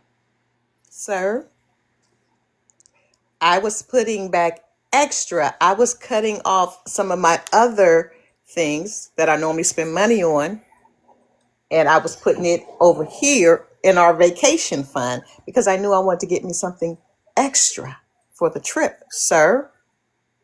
So why did you take it out the account that we agreed we wasn't going to touch? Sir, tone is everything, first of all. So we're going to change our tone. Instead of going to Starbucks and eating out, I didn't do that, and I put that money over there because I wanted something extra. Now, it might have been better for me to keep it in a separate account, but that was the vacation account. So I probably should have just kept it over there, and then you wouldn't have seen it. But I wasn't trying to hide anything. It's the vacation account. So if I took some of my other funds and put it over there, I didn't see a problem with me going out and doing what I said I was going to do. There has been no change to the vacation account, $2,500 is a lot and I saved a for lot. coffee and what it ain't adding up to me. The things that you saying that you did that you enjoyed is not adding up. 25. Okay, I can get 250 or whatever, but 2,500, that's a lot. Come on, Tony. What are we doing here? How about Do we you want to ask take this me? trip or not? How about you ask me how long I have been saving for that? It don't matter. We agreed. This is what this is what we agreed to. If Okay, you was gonna make an audible and you was gonna change, why didn't you bring it to me? Versus just doing it. because it was the money that I was setting aside, the money that you give me for my extra stuff, Mm-hmm. my little allowance, if you will. I was taking from there and putting it over here because I wanted to do something special with it. And so you really don't understand. I don't. Okay. Okay, look, I've done my part. You haven't seen no extra spending on my end. However, that's not the case over here with you. And then what you're giving me isn't adding up. So at the end of the day, I'm gonna need some more answers, some solutions. Like that's a car. That's a little extra car that I could have went and got for some extra trips. I look, you didn't tick me off, man. All right, my bad. All right, cut.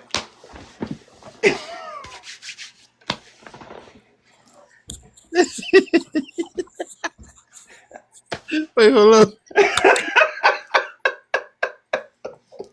I was fully invested. I'm sorry. Right, you was locked in. Me too. But Hey, What's that, a Tubi show? hey. So let's start from the bottom. Pioneer T. Williams, what are your thoughts on the situation there? Oh man. There was no No. Am I delayed? We don't know. You know I what? guess it's We probably just need to.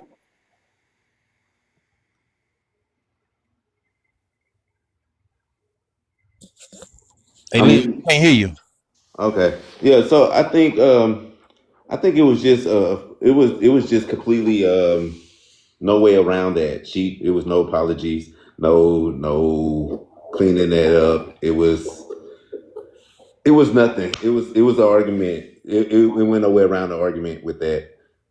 It was no clean that up. It was going to be a shutdown. After that, probably a cancel a vacation. It was nothing you can do about that with the way it went down. Like, only thing I could say you could have did was, hey, I do apologize. I spent the 2,500. I had plans to use it a different way. I should have handled that better. And Leo could have been more like, hey, I think we're gonna have to take a different route because this $2,500 put a dent in our game. So we're gonna have to make some different arrangements because this made different plans. So you chose this over that. So we're gonna have to make different arrangements. I'm sorry. Yeah, I'm listening. First of all, I said in the beginning I would never do that. I know But you however, would. based on the scenario, that money wouldn't have been in the account anyway. It's extra that I was adding. So I didn't take away from the account. I did nothing. But that was just a place that I was putting money into. So I didn't take away from the vacation thing. Okay, well, I felt like that was the excuse of spending. I didn't really take it as if it was truly an extra. So if it was truly the extra, okay, I get it. But I felt like that was just your excuse of spending it in the scenario. So It's if that was it's, the case, it's all good, Morpheus. yeah. So we gonna go around, and then what I want to do is also offer solutions because I don't want it to be just like we arguing and fighting, but we're gonna also offer solutions and what may work. Morpheus, what's your thoughts? Uh, I did step away for a little bit, so I didn't catch all of it. But my general thinking is about um, understanding the conversation prior that led to the agreement on what the money was going to use for. So I'm generally the type of person that if we're going to have a decision with my partner about, hey, we're putting an X amount of money away, blah, blah, blah, this is what we're putting it away for. We're going to set some ground rules on agreement on where money goes and what money doesn't go and what we can use it for and what we can't. And then if that's violated, then we're going to have the discussion about, hey, we agreed on this. Why did you do this? So there will never be any gray area with the way I kind of move. There's going to be a clear understanding of where stuff is and how. So the excuse of this was extra money I was putting over here, for me, that just doesn't work because we would have covered that in the initial conversation. So if if you're doing something different, then my comeback to you would be like, okay, why come you couldn't talk to me and say beforehand and say, hey, I'm putting money over here. This is not going to affect our vacation fund, and don't worry about it. Don't trip if you get some alerts, right? So we can renegotiate or re-communicate the agreement that we had prior to. So that's how I look at it.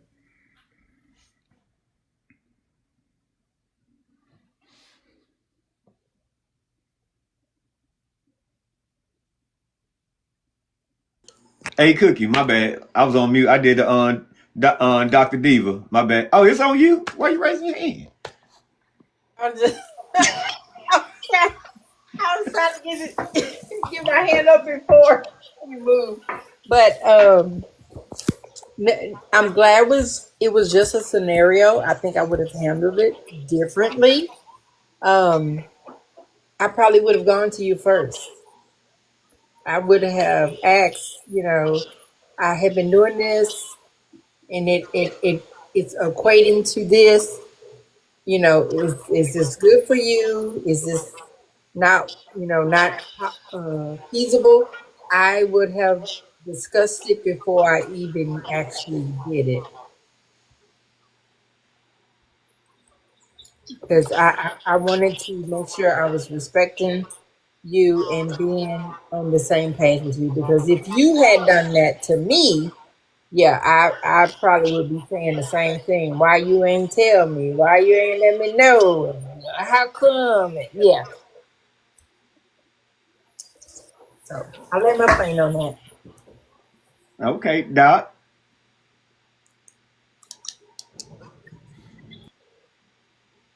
All right, I have, I got my clicker on, trying to help with the tabs. Okay, so for me, I agree with Dr. Tony. We're gonna already have that conversation in the beginning, right? So not only are we saving for this vacation, but just so you know, babe, I'm gonna be putting some money back, and so it's gonna be a little extra in the account. So you're already aware.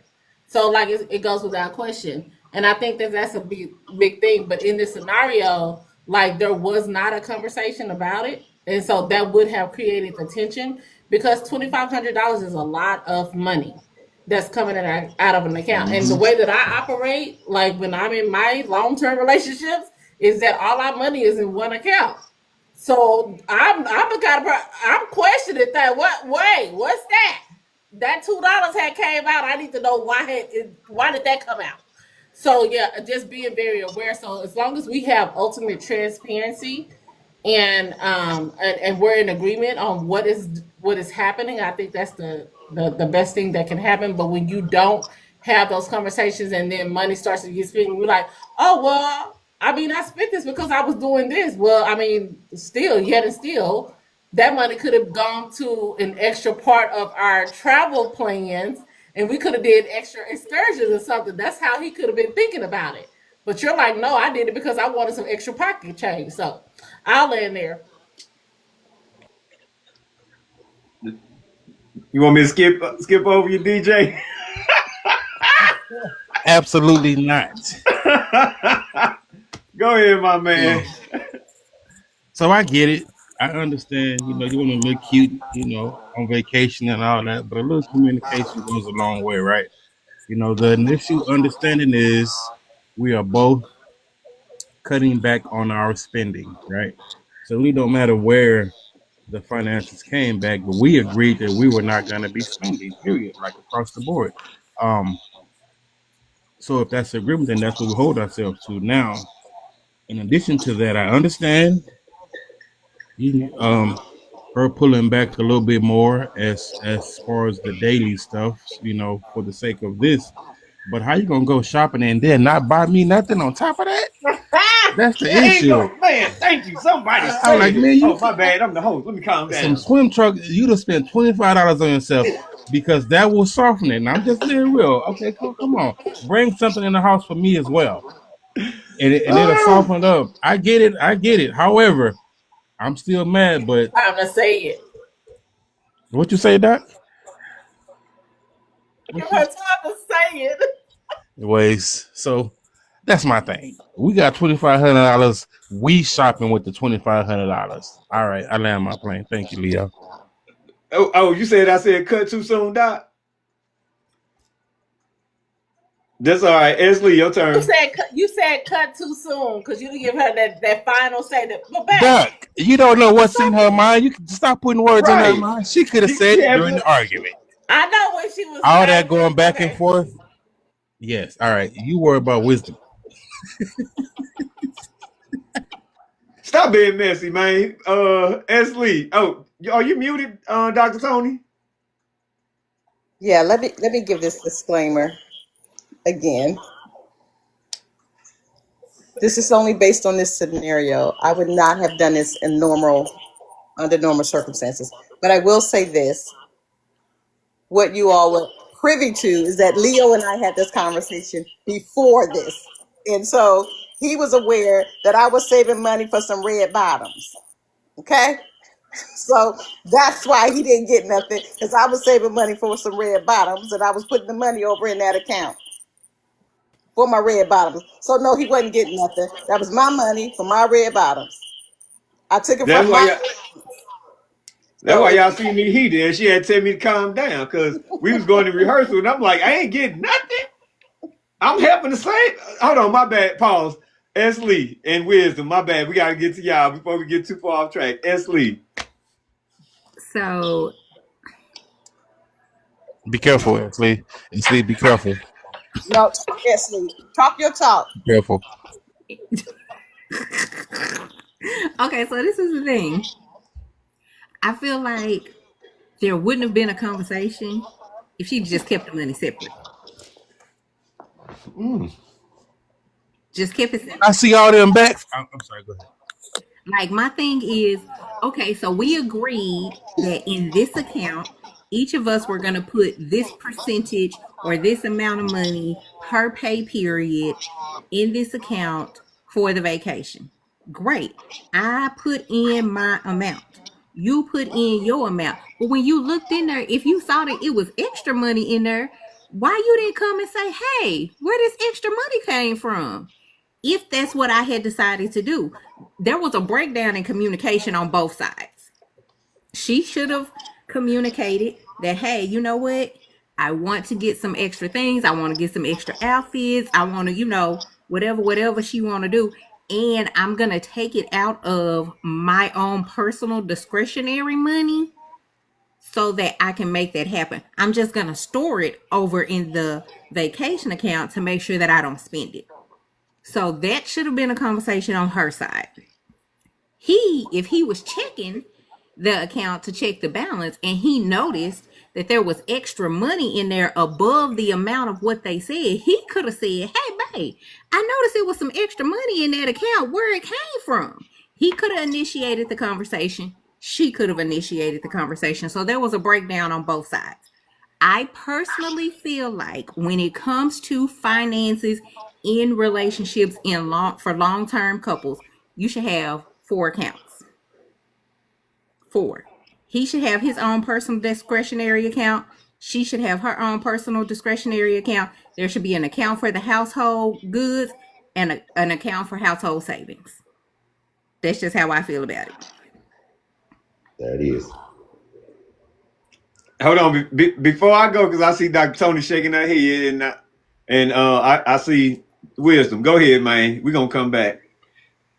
But I like what you just said, Esley. I want to come back to that. Wisdom. I don't even know. Let me think here. I would say 3 things: integrity, transparency, and honesty. Right? She's already admitted to outside of this, her integrity would have told, of the move she's making to allow for the transparency, which establishes her honesty. Very simple thing, folks. We're not really, making rocket science. We're not making teas or nothing. It's very simple. Your integrity establishes the transparency. I mean, it's very simple because what we're saying is we just want to see what's happening, right? And if you are making that move, the chooser of the move has the responsibility of integrity. I have chosen to do something you may not be aware of. I shall let you in on this so that you may see. That is the transparency, to see what you cannot see. Very simple thing, right? Which establishes your honesty. Again, very simple thing. And so those 3 things, keep this from being conversation, whether it's yours or not yours, whether you do or not do, by making the choice that cannot be seen by your partnership, right? Then that gives you the responsibility that comes along with that choice. So we want the ability to make the choice, right? The freedom, but we have to realize not just consequence of the freedom. We have to realize that we need to establish something for someone else who cannot see as we. And so that just makes it very simple. So like I said, 3 simple things, have the integrity for your transparency to establish your honesty. And I think it all works well. And with that, I land. Anybody else hear music? Oh, okay, gotcha. All right. So that being said, I seen a lot of great comments there, but I want to say this before I see why Dr. Tony was shaking her head. When wisdom speaks, I write. I'm telling you, when wisdom speaks, I listen and I write. And y'all don't catch me on with Coffee with Leo. You know, that's just a plug. Y'all need to get up early in the morning, catch Coffee with Leo, where we have our journals and whatnot. But when Wisdom speak, I listen. I'm gonna get a T-shirt. You know what I'm saying? He gonna be like, give me my cut. But Dr. Tony, why was you shaking your head? I was shaking my head to S. Lee's advice for 4 accounts. Mm-hmm. Because I would never find myself in a situation that we gave. I just think that we need to have, if we got 4 accounts, we got 4 accounts with everybody's name on there. But I would just lean toward having an account, a checking account and a savings account. Mm-hmm.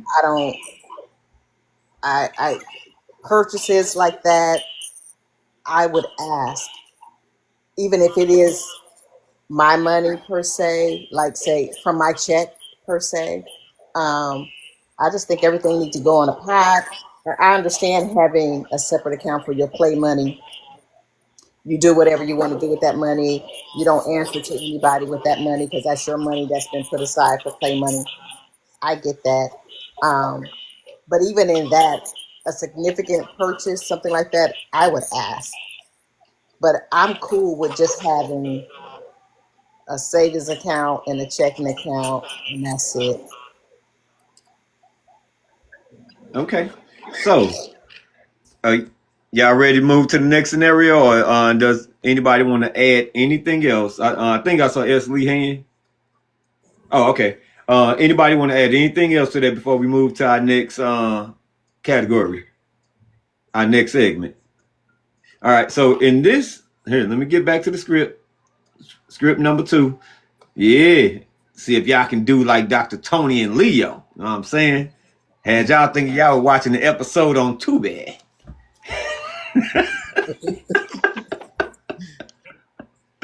All right. So with this one right here, let me pull it up.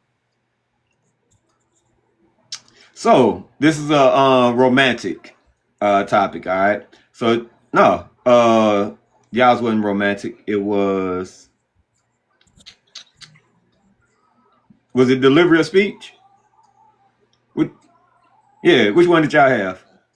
Yes. Delivery of speech. Yes. All right. So delivery of speech. So here's the context of their situation, y'all.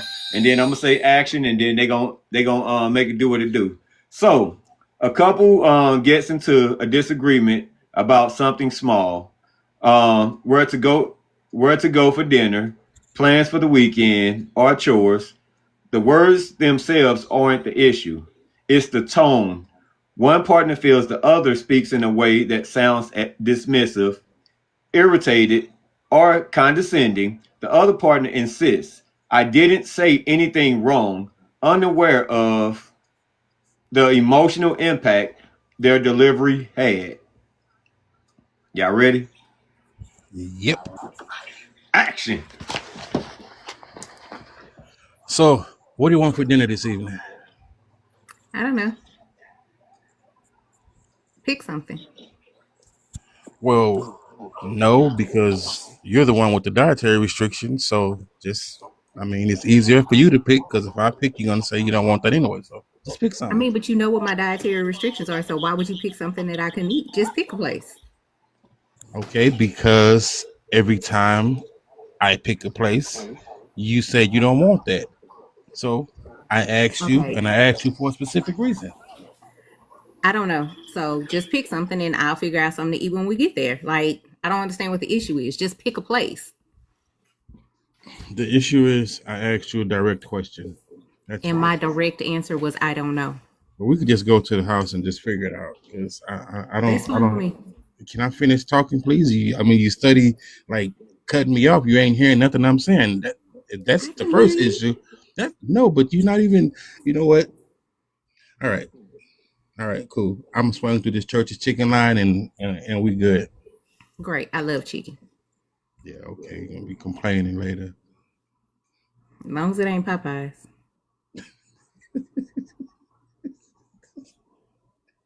Wait, hold on. Stop. Okay, wait. Okay. Well, And see, there you go right there, as long as it's not Popeyes. So what if I had decided to go to Popeyes? Like, Popeyes is one of my favorite chicken spots, and you're saying that just to pick and poke at me. I'm not saying that to pick and poke at you at all. That was not the reason why I said that. I said that because the last couple times we've had Popeyes, it has messed your stomach up. Hey. And I didn't want you to have to go through that. I was not trying to be condescending. I wasn't trying to be funny. I'm trying to look out for you. I'm sorry if it came across that way, but I was literally trying to look out for you. If I choose to go to Popeyes, knowing my stomach gonna be messed up, I'm a grown man, then let that be what it is. Yes, but you're not a grown man in a relationship by yourself. If you're feeling bad, what does that do with my stuff? I'm gonna be there to take care of you, and why put ourselves in that situation? Okay, well then just pick something to eat then, because. But I don't know what I want. I want soup. Let's find some soup. It's 95 degrees outside. You said pick something I want. All right, cool. Soup from where? Okay. I want some pho. Oh, you in this attitude, Leo? Cut. Good. Right, because y'all lost all the tone. Y'all fasting tonight. Both of you fasting tonight. That's what's going to happen. You ain't eating nothing. Go on and fast.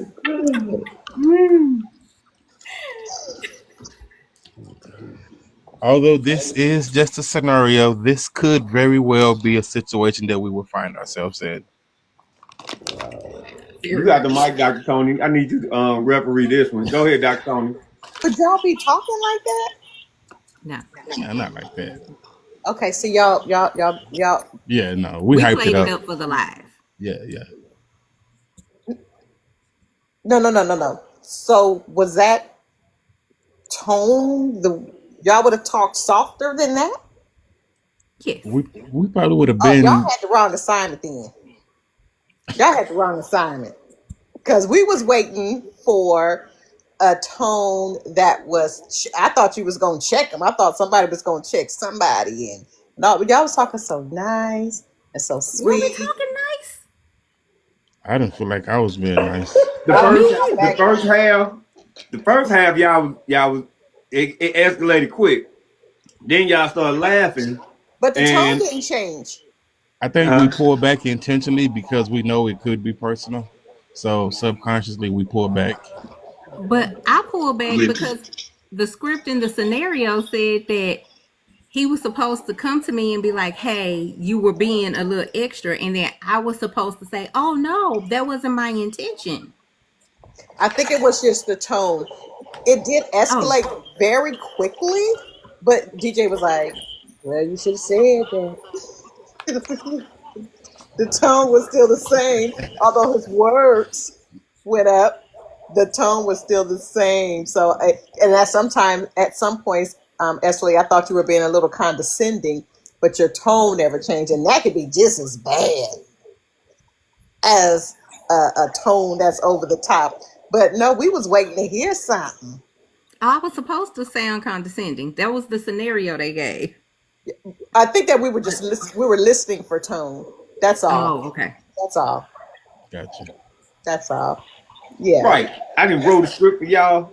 I'm gonna have to be a better director now. I'm just playing. You got the mic. We're going to Netflix and we're gonna leave them on T-Boo. And we're going to Netflix. Oh wow. Cause y'all know I'm not doing no TV now. But that's the thing though, like even in this situation, even in this situation, like a lot of our disagreements will sound just like that. Like I don't do a lot of yelling in general, but I can get snappy. I can get real, just fly. So it's not always about, the yelling and stuff. It's about the intention of saying what I said, because I'm saying things that I know can possibly offend her, like talk about her dietary, stuff like that I know is kind of sensitive. But what happened was Ashley was a little condescending. Mm-hmm. You just start talking about stuff. Right, that's what I do. That's what we do. And see, that's how things just grow. Mm-hmm. And so now we haven't been talking about what we eating anymore. We're not even talking about that. Like that ain't even. That's why I said y'all both fasting because y'all doing too much. And it just grew, and then the main thing was not even the main thing anymore. Facts. Yeah, but that condescending um, conversation can be just as bad or worse than the tone you use. Now I can deal with your tone like I did with Leo when I just bring it down, brother, bring it down. But you start being condescending and all. No, no. And so Dr. Tony, so I chose this one because I wanted to see us. Because this can literally be a real life scenario for us. So I wanted to see us. And we've said the same thing about the condescending, you know what I'm saying, about now I'm pulling other things out of the air just because now that she's talking to me in a certain way. So how can I one up or how can I even just still be in this type of conversation? So yeah. And this time I intentionally sounded condescending, but I oftentimes will sound condescending without intention. Mm, And I don't hear it. mm. And I'm gonna So, so say this clip, Leo. I'm gonna say this. so let me ask you this then, since we did that, and Leo, if I may, how would the two of you, since this could be a real, um, this could have been real life for the two of you, how would you have done things differently? Esley, how would you have done it differently? um for me, I probably would have said I want some pho earlier. Somewhat? Pho. It's soup. It's It's soup. like Asian soup. I always want soup. But like I mean if it had got to that point, I would have just said I want some soup. Like that's my default. I would have just gone to my default. And then I probably would have shut down. Okay, DJ, what would you, hold on, let me ask you this, Esley. If you, if he asks you that question and you know what your default is, then that probably means he knows what your default is. So possibly he's asking you that question because maybe he wants something different. Just possibly. Just possibly. DJ, how would you have changed things? I would have just ate the pho because I don't like confrontation. The soup. Just say the soup. Yeah, I would have just ate the soup. I'm sorry. Because I've never heard of it before. This sounds like something else. Right. Um, Oh, I'm sorry about Please, that. Dr. Tony, it's really good. I love it. It's one of my favorites. Yeah. I would love it too. He's It's like, I ain't like heard no fuck. Stop it's like saying an it. Asian noodle soup. Like it has broth and chicken and Mm-hmm. noodles and oh my god, it's amazing. It's It's all Okay. right. amazing. I It's all don't eat right. no meat, but I eat the one that got fish in it and vegetables. It's so good. You should try it. Okay. I It's would all have about just the ate the broth. soup. So what? But what can happen, DJ, is that you're continued to compromise so much could possibly lead you to an area of resentment, and it not even to be about the soup anymore. Hold on, man. I'm not on your couch right now. I'm sorry. Leo, help me out, brother. Hey, Hey, but I get you had down. gave her the But mic to run it. So we'll circulate to ask the other panelists what they think about the conversation. Go ahead, Dr. Tony. You got the mic? No, I'm done now. Oh, you done? All right. Yeah. So, hey, so for you guys who don't know, Dr. Tony, a real doctor. This is what she do. So it just is natural. That's how her brain operates. It is not the aspect of a couple, real couple or not. Hey, how you doing? How you doing? All right. What up, Asia? My girl. What it do? All right. Hey, Twilight, Asia. What up? So we actually have real doctors up here, y'all.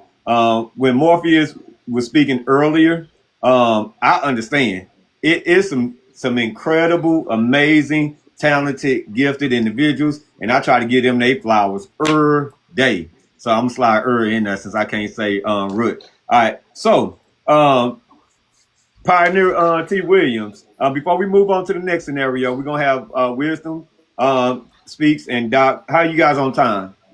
Doc and Wisdom. How you on time? I probably have a good 15 minutes. Fit in? All right, so we're gonna be mindful of our answers. Please be mindful of your answers so that we don't stay too long on this topic because I definitely want to see if I'm sure Wisdom Speaks and Doc gonna top the charts. They gonna kick me and Dr. Tony down on the Temu. They gonna have Hulu and Netflix contract. So, Pioneer T. Williams, any feedback on what you heard from that conversation? I do. I believe it hit home. That was right on point. How I respond to a lot of things, and how my wife responded to a lot of things. It was never a different tone.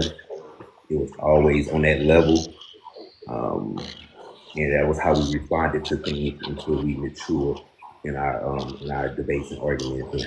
But it was never about the approach. It was always an underlying issue. We was already into it. We was already having an issue before we talked about food. And so when y'all first started talking, I said it was already an issue.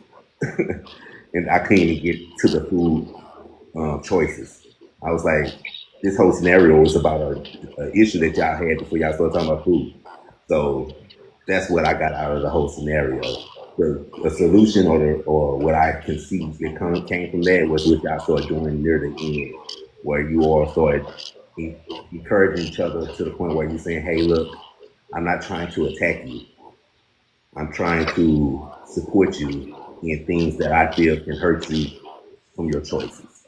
Popeyes hurts you. You may like it, but it hurts you. So I'm not trying to have you to make that choice. But he's saying, hey, you're not helping me by not giving me a choice either.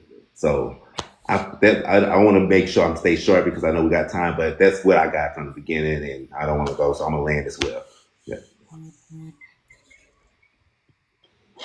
Morpheus. I blame DJ always. I blame DJ. I think it's a matter of tone. I did pick up on DJ's tone. I understand, and again, this scenario, anybody who's been married for a long time, that's real. That's a real situation right there. So you have to be, your tone in that situation is very important because women tend to key on that rather than what you're saying is the tone in which you come to her with. So you got to change your tone, and then that way she can focus on what you're saying rather than your tone. So I think DJ's tone was a little off. And then you got to come with a sense of cooperation and compromise. You can't just be very condescending and be very off-putting by saying, well, we're just going to eat a shoe, that doesn't help you get where you needed to go. So sometimes you gotta be a little leading to get where you need to go in that situation. But it's all DJ's fault. I blame DJ. Doc speaks. So I agree with what Dr. Tony has said. Pretty much everything that he said, definitely Morpheus. Like the tone does matter, right? Because it's about the delivery of what you're saying. We're having a conversation, and in this moment, are you present with me, sir? Make that make sense, or are you just, talking at me? Because if you're talking at me, this is problematic, right? So I just again, tone matters. That's a big thing, and it really is about being present in the moment. And I'm gonna leave it there and move forward. All right, and the partner, Wisdom Speaks. I just saw a comment down there, I'm not sure I'm gonna answer this because my nerd in me may not allow me to answer this well enough, but I'll try. So when I listen to the word tone, I hear pitch, quality, and strength. right? So that we have an understanding of why people use words, but may not have understood the word they're trying to use, fitting the situation. Right. So in the pitch, the quality and strength of what, DJ was saying, what Sister Lee was saying, I'm not sure I heard it. What I heard was an underlying issue of, uncertainty on both halves. Mm-hmm. I'm not sure, you're not sure. And then we both get into the situation of, where our uncertainty has led us and not liking being the one to have to make the choice about uncertainty. But I'm not sure I heard strength in his words. I'm not sure I heard a vibration of disagreeable, like I'm saying it like this, woman, and you're gonna do what I say.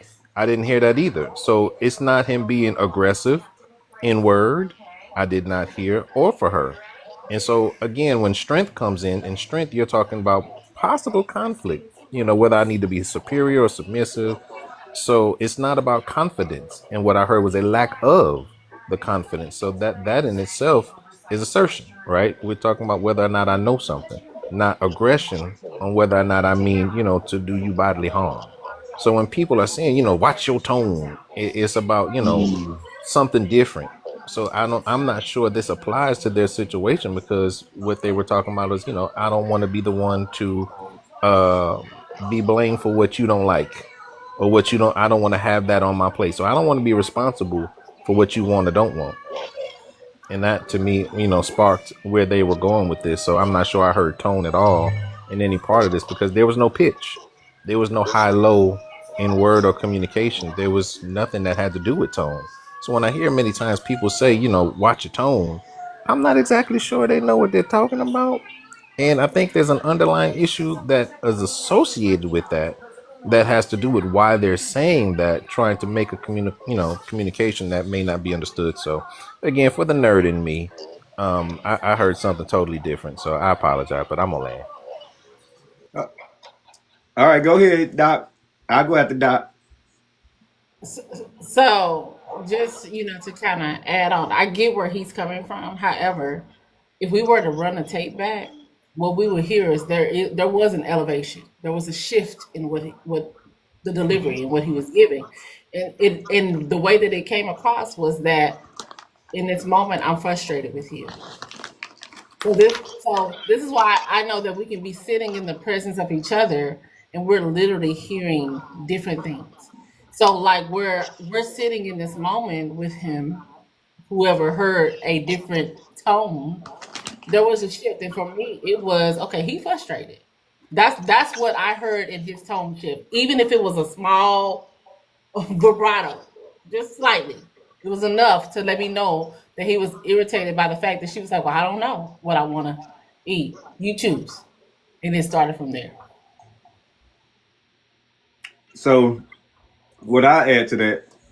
Sorry, y'all. Look, I'm in movie mode, TV mode. Y'all made me grab my snacks. Them snacks was good, so I had to keep on snacking. So I'm sure all of you guys have heard the Jill Scott term. If you could tell me what to do, then you could tell me what to do. If you can't tell me what to do, then you can't tell me what to do. There was also an aspect of a clip that I saw earlier, started with Dr. Tony, whereas there's some young dude online that goes and he pranks couples by just walking up and grabbing at women's hands while they man standing there. In this particular clip, the boyfriend didn't do nothing. And his woman looked and asked him, like, you just gonna let this man walk up on us like that? And so when the prankster asked about, hey, are y'all together? Then the woman said, I don't know, are we? Because she didn't feel protected. And so why do I say that? Why do I say if you can tell me what to do, tell me what to do. If you can't, you can't. Why do I say situational, circumstantial? It's appreciated. In other areas, it's kind of like you're doing too much. And the reason why I brought that up is I definitely heard the shift of frustration of, come on, man, what we're doing here. All right. I heard that. But I also know and realized that once they started laughing, that tone shifted. Why? Because the humor humor is a form of love and affection and enjoyment. And because in real life, when they laughed in real life, he couldn't even fake it and have a different tone. He could pretend for a moment, but in the moment of laughter, that brought about a certain aspect of love that I can't even pretend to be annoyed and frustrated with you. So, a lot of times we have to realize it's situational and it's on both sides. One person can be lagging in communicating in a space where they definitely know that they need to communicate something, and that person may be tired. They may have had a long day at work. There are different circumstances. Just like the weather changes, so do our temperament. So does our energy. And depending on his level of energy, where he was at, it didn't give. I'm upset or frustrated with you. I'm just exhausted. I'm too tired now. I don't feel like going to that extent right now in this moment. And so, as my brother Wisdom said, tone policing. We're not going to have the same tone in every scenario, every situation, every circumstance throughout the course. That's why this next segment with Doc and Wisdom is going to be epic, because I know my brother don't change his tone for nothing. So I'm going to see how great of an actor he is. So with that, I land. That was my 2 cents on that segment, because we do have a certain amount of time. I got to follow through with what I requested. So, Doc, Wisdom. All right, so this is partner A, partner B, and because Wisdom has a natural persona, I'll assign partner A to him. I'll read through the scenario. Y'all make it y'all own. As far as who gonna start the conversation. So here's the situation. This is the aspect of tone. This actually has to do with what he was saying. Let me go back. Okay, when talking feels like interrogation. So earlier I was giving the bullet points of certain aspects. So this one is when it feels like interrogation. All right. So I just wanted to make sure I was clear on what was going on. So one partner B, which would be Doc, tries to get clarity in conversations, but asks rapid fire questions. Asking rapid fire questions, presses for details, and unintentionally creates pressure. All right. The other partner A, Wisdom, feels overwhelmed, concerned, and emotionally unsafe. Like they're being questioned instead of being understood. The scenario explores communication styles, pacing emotional triggers, and creating safety for honest dialogue. So, Doc, you have to create a scenario where you're firing off questions to Wisdom. And let me see, Dr. Tony, what can be the topic, or what is she questioning him about? Hanging out with his friends. All right, go for it. You need your time. He's spending too much time hanging out with his partner. I like that. Right on, DJ. Action.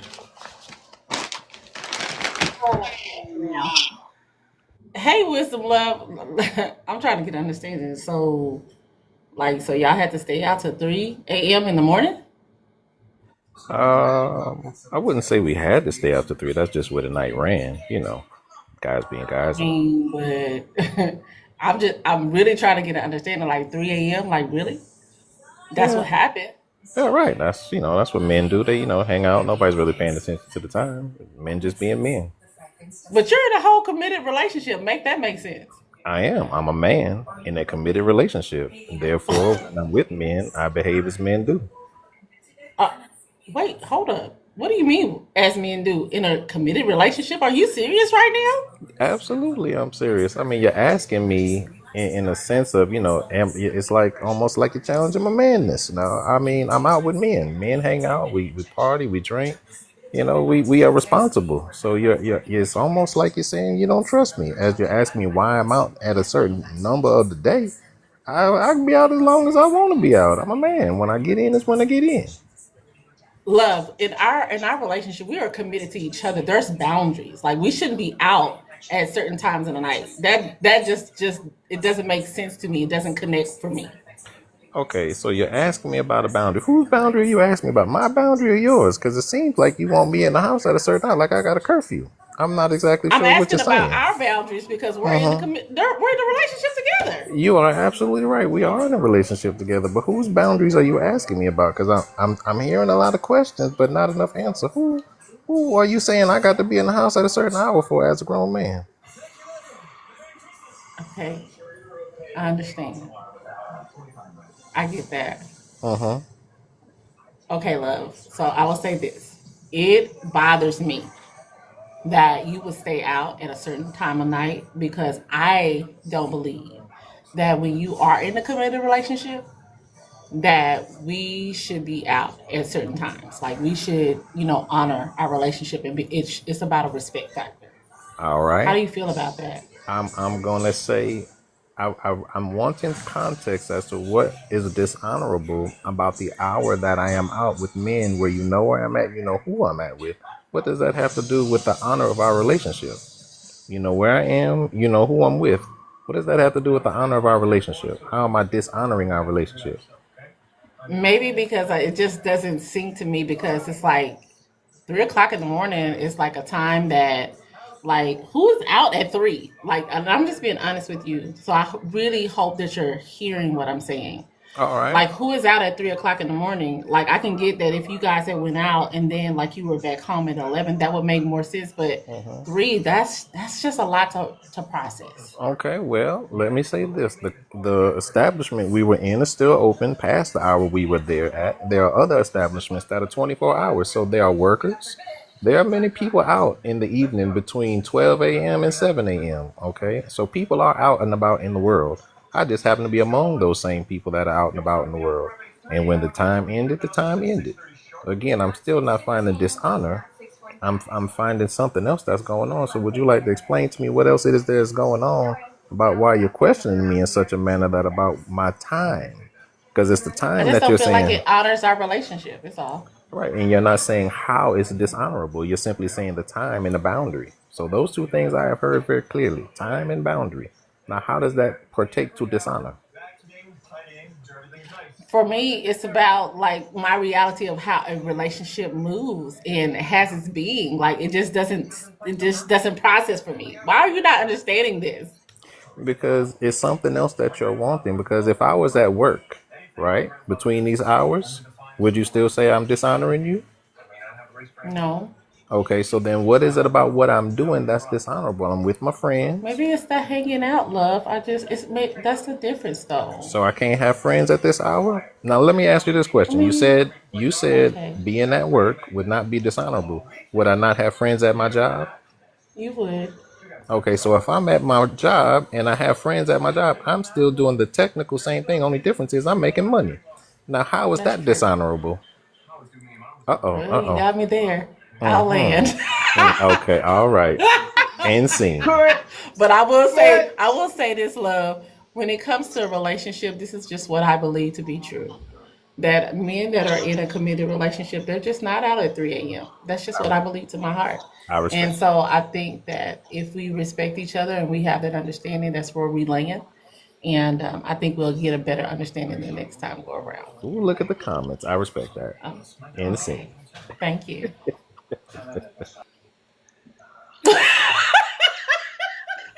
Dr. Tony? Yeah, yeah, go ahead, Dr. Tony. I'm going to hold mine. As a matter of fact, I'm going to start with Dr. Tony. You know, all the women's souls are twitching right now, right? Man, They Morpheus, all look, twitching. they like, Doc, you didn't understand for us. What happened, Doc? Hey, Wisdom, can you inbox me your phone number, bro? Because I need advice. Absolutely, you may not. Absolutely, you may not. Hey, Absolutely, you this may is a not. man conversation right here. I'm talking to my friend right now. Absolutely, you may not. Talking to my friend. Y'all, look, y'all had y'all scenario. We could come back and do another one for y'all. But look, right now, the sister's taking the L on this one. Let's stay strong, brothers. Dr. Tony.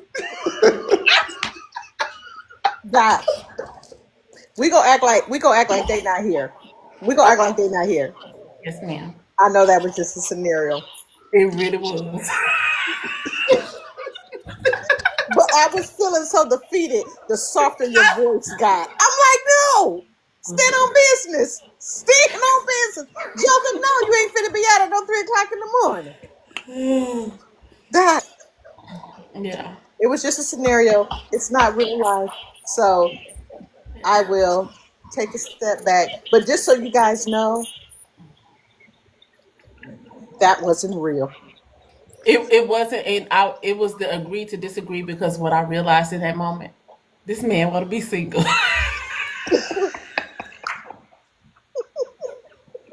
We taking our W. I ain't gonna take our W away from us. We taking our W. Good No, job. no, no. It really wasn't a win. And let me tell you why.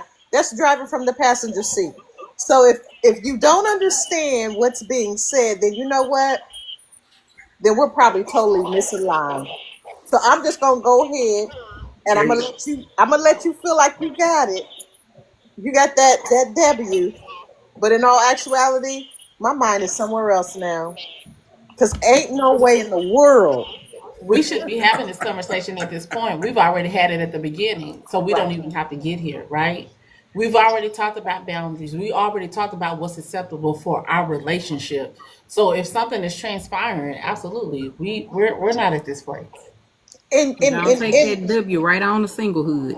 in wisdom saying there's other establishments open. Are you kidding me? Right? I was like, Wait, so wait. To give my y'all defense, before. to my Strip defense, clubs, she yeah. asked me who else is out at that hour. That's what Strippers. she asked me. You She said, did. "Who was out at that hour?" And I said, "Walmart You open did. 24 hours. People are No, it's working. not. The world is moving." I'm just saying the world is moving at that hour, right?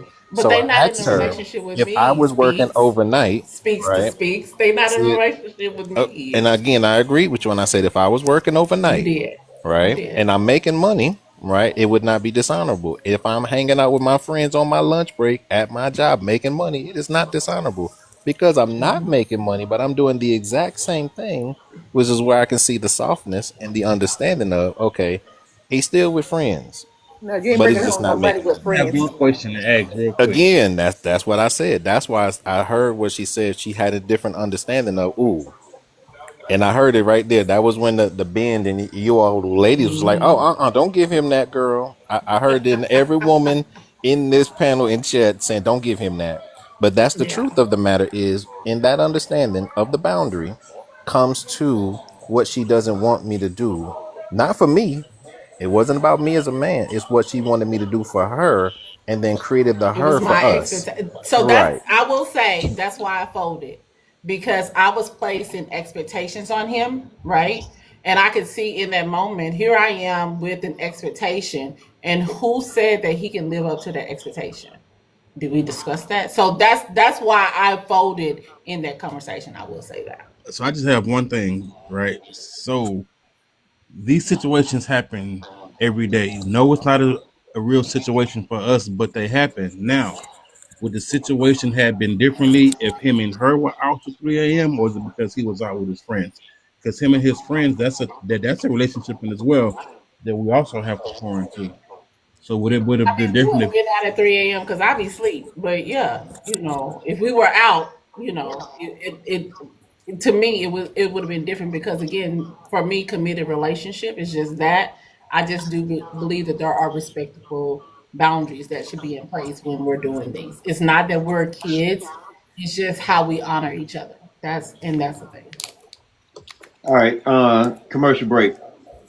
So before Doc jump off, before individuals, I see Eastern Standard Time, 9:30. So let me reset the room real quick. Let me go over some things real quick, and then we can have this sidebar conversation as long as y'all want to. But you ain't got to stay, Dr. Tony. Look, Dr. Tony said, I'm going to bed. She's like, it ain't the weekend. All right, so look, first things first. Let's reset the room. One, thank you guys for joining me and Dr. Tony for this much needed conversation. I want to ensure individuals in the comments, those watching from the bleachers, those who have watched these scenarios, these are not real scenarios. However, they are real in real life. These do happen, so on and so forth. The whole aspect of this live was surface or solution. Here's some surface issues that we all either have come across. We may all handle them differently, but that doesn't mean we don't have conversations or situations revolving around finances, romance, communication, so on and so forth. So I do want to go over some aspects of solutions, as well as a couple of scriptures so that individuals understand that at the end of the day, these will happen, but it's what do you do to resolve these situations. So I want to go over a few bullet points, provide a scripture. Then I'm turning over to Dr. Tony. She's gonna let me know when she got shut down. And then, right now, those were our three scenarios. I would love to do this again. I do not know when we're gonna schedule another live like this. This was absolutely fun. It was needed. So for one, let's keep in mind emotional impact for her and for him. Our words have power. According to the word, the Bible that I read, the Bible that you read, there's power in the tongue. All right. And our words speak life. It's either unaliving a situation or speaking life into it. All right. So understand the emotional impact, whether it was intended or not. There is an impact. What we may think and what we feel we're delivering doesn't always project the same. What a person receives is reality, and we have to accept that. Your feelings are reality. My feelings are reality. So let's keep emotional impact. Communication style. All right. At the end of the day, we are human beings. We're all adults at this point. Your preference of communication may not fit that person. So we have to be mindful of not playing Build-A-Bear. Okay. So what I mean by playing Build-A-Bear, you see the shell of a person, you see what you like, you're attracted to it. But I have a country twang. All right. I respect Dr. Tony enough not to say root on the Thursday night and save it for Monday and Tuesdays. And so communication style, she loves enunciations of words in the proper form. Me, I'm country. That brother down there, he'll tell you, I've been talking like this since he met me, man.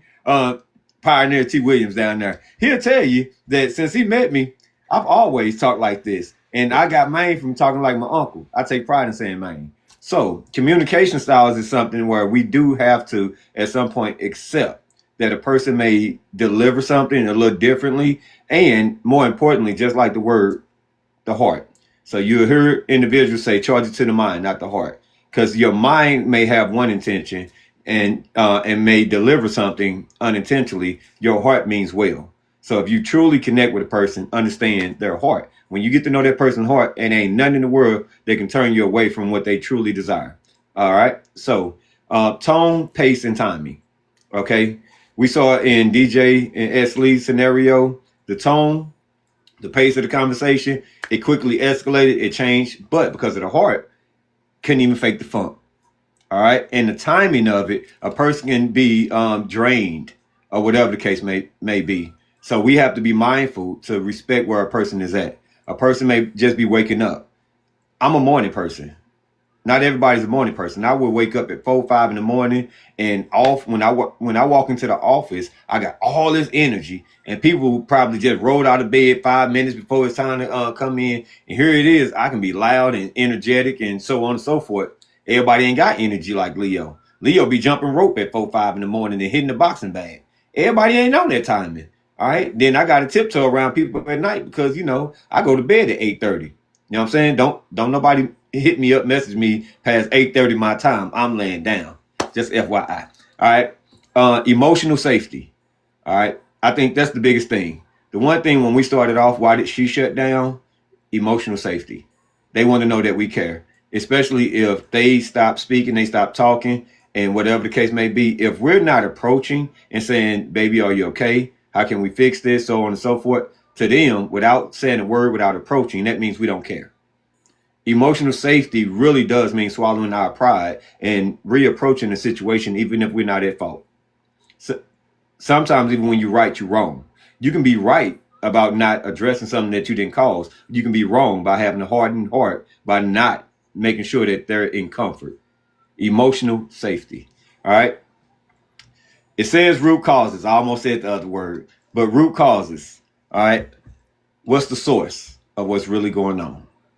It's going to vary.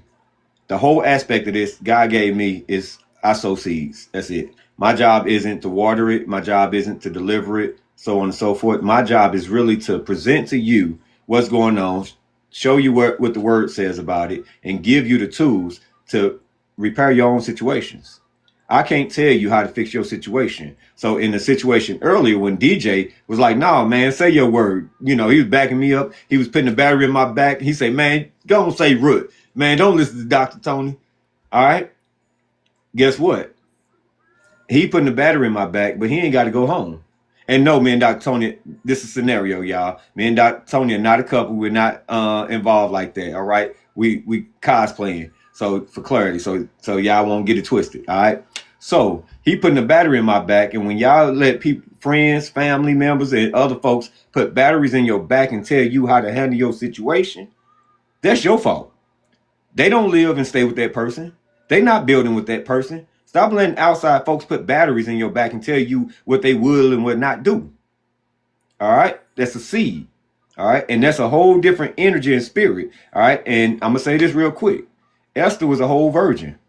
Before she went through Persian laws and she went through all the rituals, 30 days before she went to go present herself from the king, she still had to be purified. They separated her from every human being and let her sit in solitude so that there was no outside noise or preferences or advice from other people, and she came pure as herself to the king so that it wouldn't be another Vashti situation.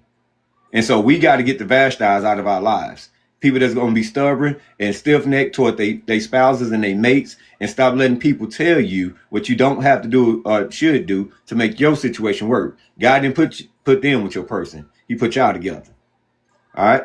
And so repairs and solutions. And for repairs and solutions, I just give a couple of scriptures.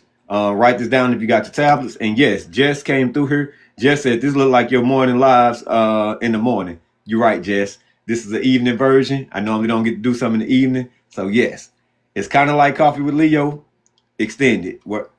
So James 1:19. Let every person be quick to listen, slow to speak, slow to anger. Quick to listen, slow to speak, slow to anger. All right. And I'm going to just stop there, because I think in every situation, if you apply that to every situation, I have a level 2 rule. I've always had a level 2 rule.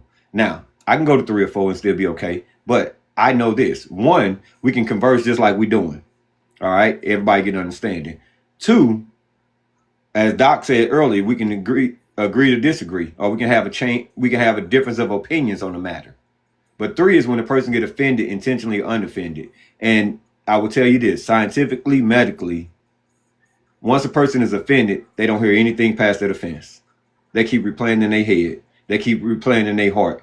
And you can make all the sense in the world with what you're saying, but the only thing they hear is that offense. That's why I have a level 2. Because once a person is offended, you can't get past anything because they keep replaying it. It could have been 10 years ago. They keep replaying what they offended with. And that's a heart blockage, all right? Yes, there's healed ears, and yes, it hears different. Healed ears hear different. All right, thank you, wisdom. So with that, I wouldn't be Leo. That wouldn't be Dr. Tony if we didn't round this out with solutions and help people understand it's not a debate. Of course, the brothers was dancing and celebrating the victory. But hey, we all know this is a situation where we really wanted to bring something to the forefront, where I haven't seen anything like this on TikTok, where people is really showing you how to work through your situations. All right. This is much needed. This was a great conversation. And honestly, I do pray that Dr. Tony would agree to do another one. So whether it's going to be the same topic, I know, right? Look, go and give her that love, y'all. Let her know we need it. Whether it's going to be the same topic, whatnot, don't know. But you can catch this on Balancing Life with Leo Richards. So I'm going to pass the mic to Dr. Tony, see if there's anything she want to share, before she drop off, because she says she ain't got all night with us, y'all. So I had to make sure we did a proper shutdown before I let this conversation go any further. Dr. Tony, you got the mic. I think I'm going to hang out a little bit longer, but I'm going to get off the camera. But what I want to say is, again, three things that I want you men, to keep in mind is that women shut down when they feel invalid, unheard, and unappreciated. And so I just want you all to remember that. Um, let's show each other grace. Let's use emotional intelligence when dealing with each other.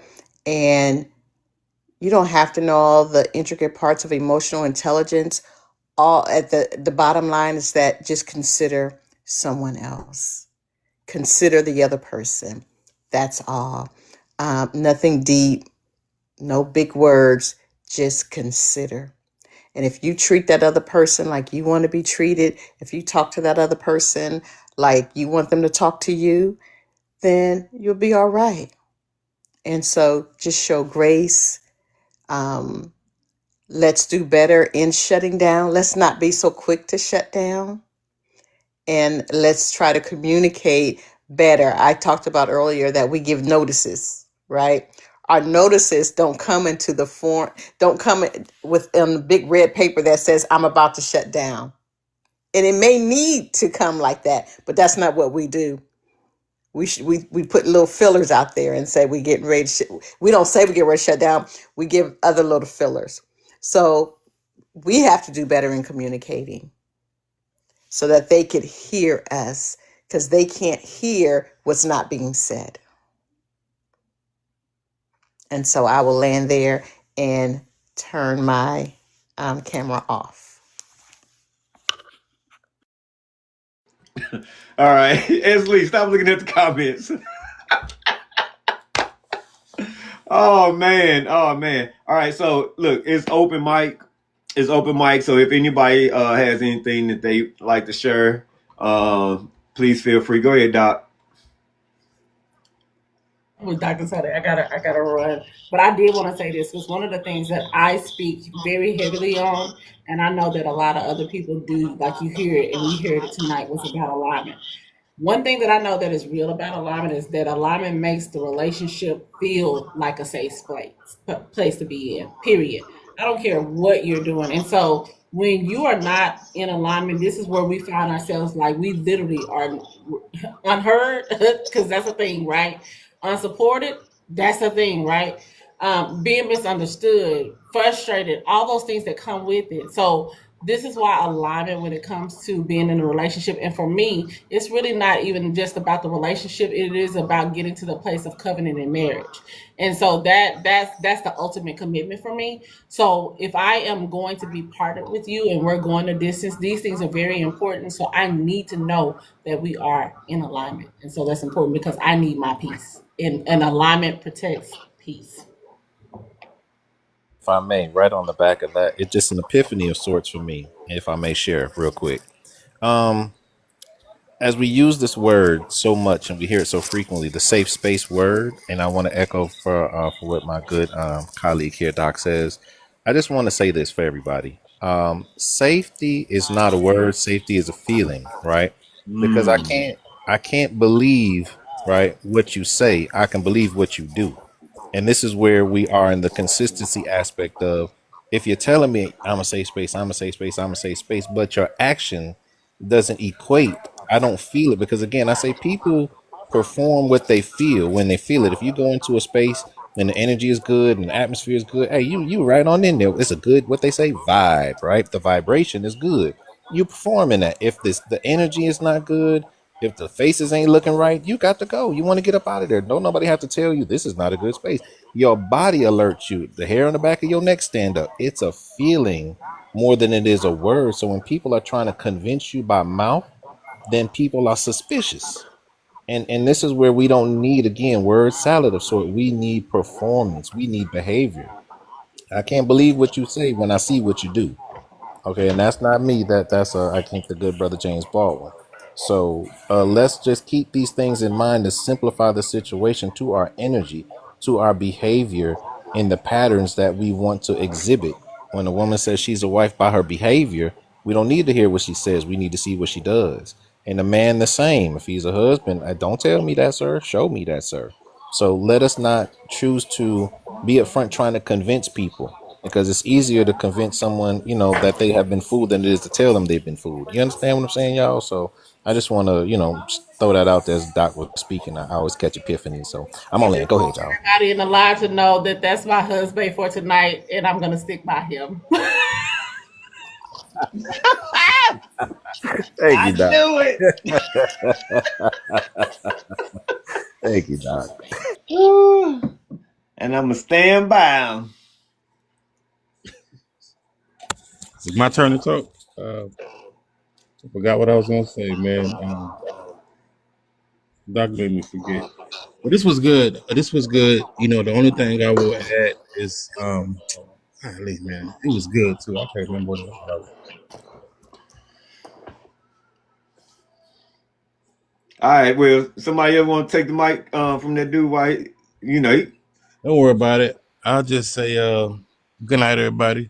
Much love, Dr. Tony. Think about it. Love y'all. I see y'all. hey, Thanks, brother DJ. Yeah, I'm gonna head out myself. I had a wonderful time. Appreciate the invite, brother Leo, Dr. Tony. Y'all are amazing folks, man. It was a great panel. Sister Lee, brother Morpheus, brother Pioneer. I appreciate everybody. I'm gonna head on out myself, man. I look forward to many more of these. Keep rising, brother Leo. We appreciate the work in the community. oh man, appreciate it, man. Look, I appreciate y'all welcoming me in, man. Right on, Morpheus. Yes, sir. Hey, look, I need some more of that wisdom from you, man. What you got to say, man? What would you like to share? I appreciate you. I ain't going behind these people. You crazy? I ain't doing that. I want you. Keep my whistle in my pocket. I appreciate the live though. This is something totally different than other people not doing. So I appreciate you, and I think you got something going on. I think this is very beneficial to the people who are willing to learn. I learned some stuff. This role playing stuff in relationships is real. A lot of us don't have enough practice to do it correctly. So anytime we can do things to communicate better as male and females, just in general, is a blessing to our community as a whole. So I appreciate what you're doing, brother. I appreciate that, and thank you, Tiffy. I really do try to do something different, and not just to be different. My whole angle and objective, is to find ways to really paint a picture. Because some of us are visual learners, and some of us are audio. And if you don't have something tangible that you can relate to, how can you really digest what's really going on? And so I appreciate it. I'm absolutely honored. And I couldn't have done this with Dr. Tony, you know what I'm saying? DJ S. Lee, I'm going to tell y'all something. Hold on. So real quick, let me tell y'all something real quick. So for one, Dr. Tony, she helps me out big time, man, and helps me to polish my delivery, what I'm doing, what I'm saying. And you got to be doing something. It got to be right if Dr. Tony rocking with it. Because Dr. Tony does not lend her anointing, her presence, her wisdom, her gifts and specialties to any platform. All right. And so I've been told by several individuals, hey, it must be something going on with Coffee with Leo, because Dr. Tony just don't rock with anybody. So I am truly honored, and I don't take it lightly. When we open up Coffee with Leo, all right, S. Lee is typically like the first person in the room, y'all. S. Lee is stir. Like, she have her coffee, her pen, her tea, her journal, her questions. She's there. It's real. And I'm gonna tell y'all wouldn't be having Coffee with Leo if it wasn't for DJ. And so the energy and that I have, where people saying, man, how can you keep doing this? Because it's effortless when you got a real brother like that backing you up. That brother takes all the pressure off of having to monitor and manage anything, and he does an amazing job. I'm gonna tell y'all, Doc Speaks, she's very mindful of the spaces she enter in, She's been a sweetheart from day one, and this is what I understood when I started watching Doc Speaks. A lot of times she has private sessions. It's not about the taps. It's not about how much exposure she can get from this. Doc Speak keeps it a buck with you. If she gonna rock with you, she gonna rock with you. If she not, she not, because she does not need the attention. All right, all right, yeah. Yeah, look, it's past everybody bedtime. That's why I did my little closing, because I already knew better. All right. And then Pioneer T. Williams, I've been knowing that dude since high school, y'all. All right, so he may be new to y'all, he ain't new to me. So when I tell you, tonight was really special, and it was something that I truly desired, to really present, not just to TikTok, but for myself too. I learned a lot. I got real notes. Like, I wasn't just playing and showing y'all a piece of paper. I got real notes because there are certain things that we're not always mindful of.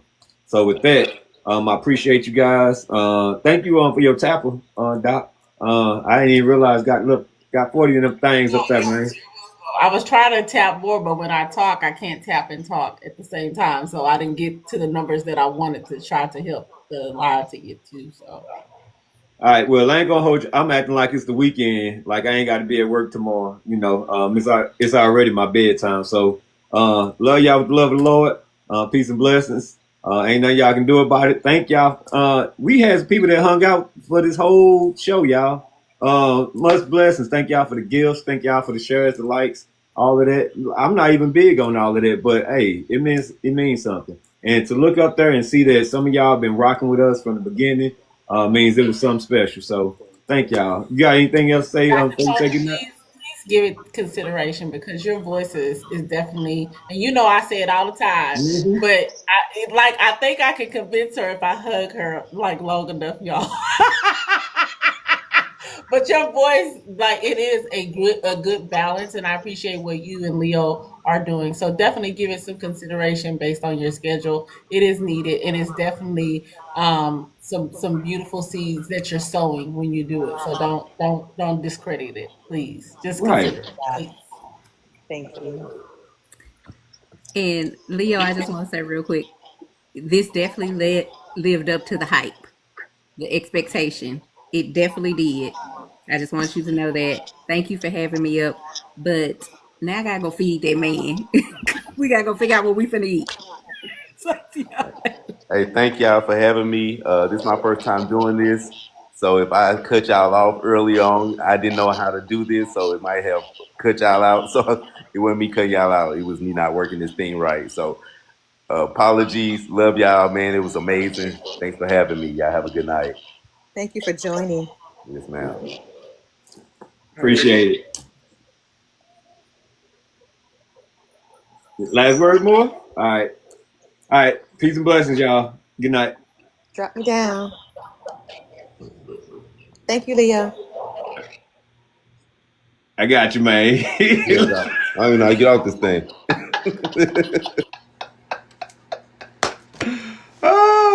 Good night, y'all. Rhonda Law, thank you. I'm gonna have to bring you up to gift you, so just know, because hey, you be rocking with me, so I got to make sure you good. All right, DJ, y'all. It's been real. Y'all have a good night.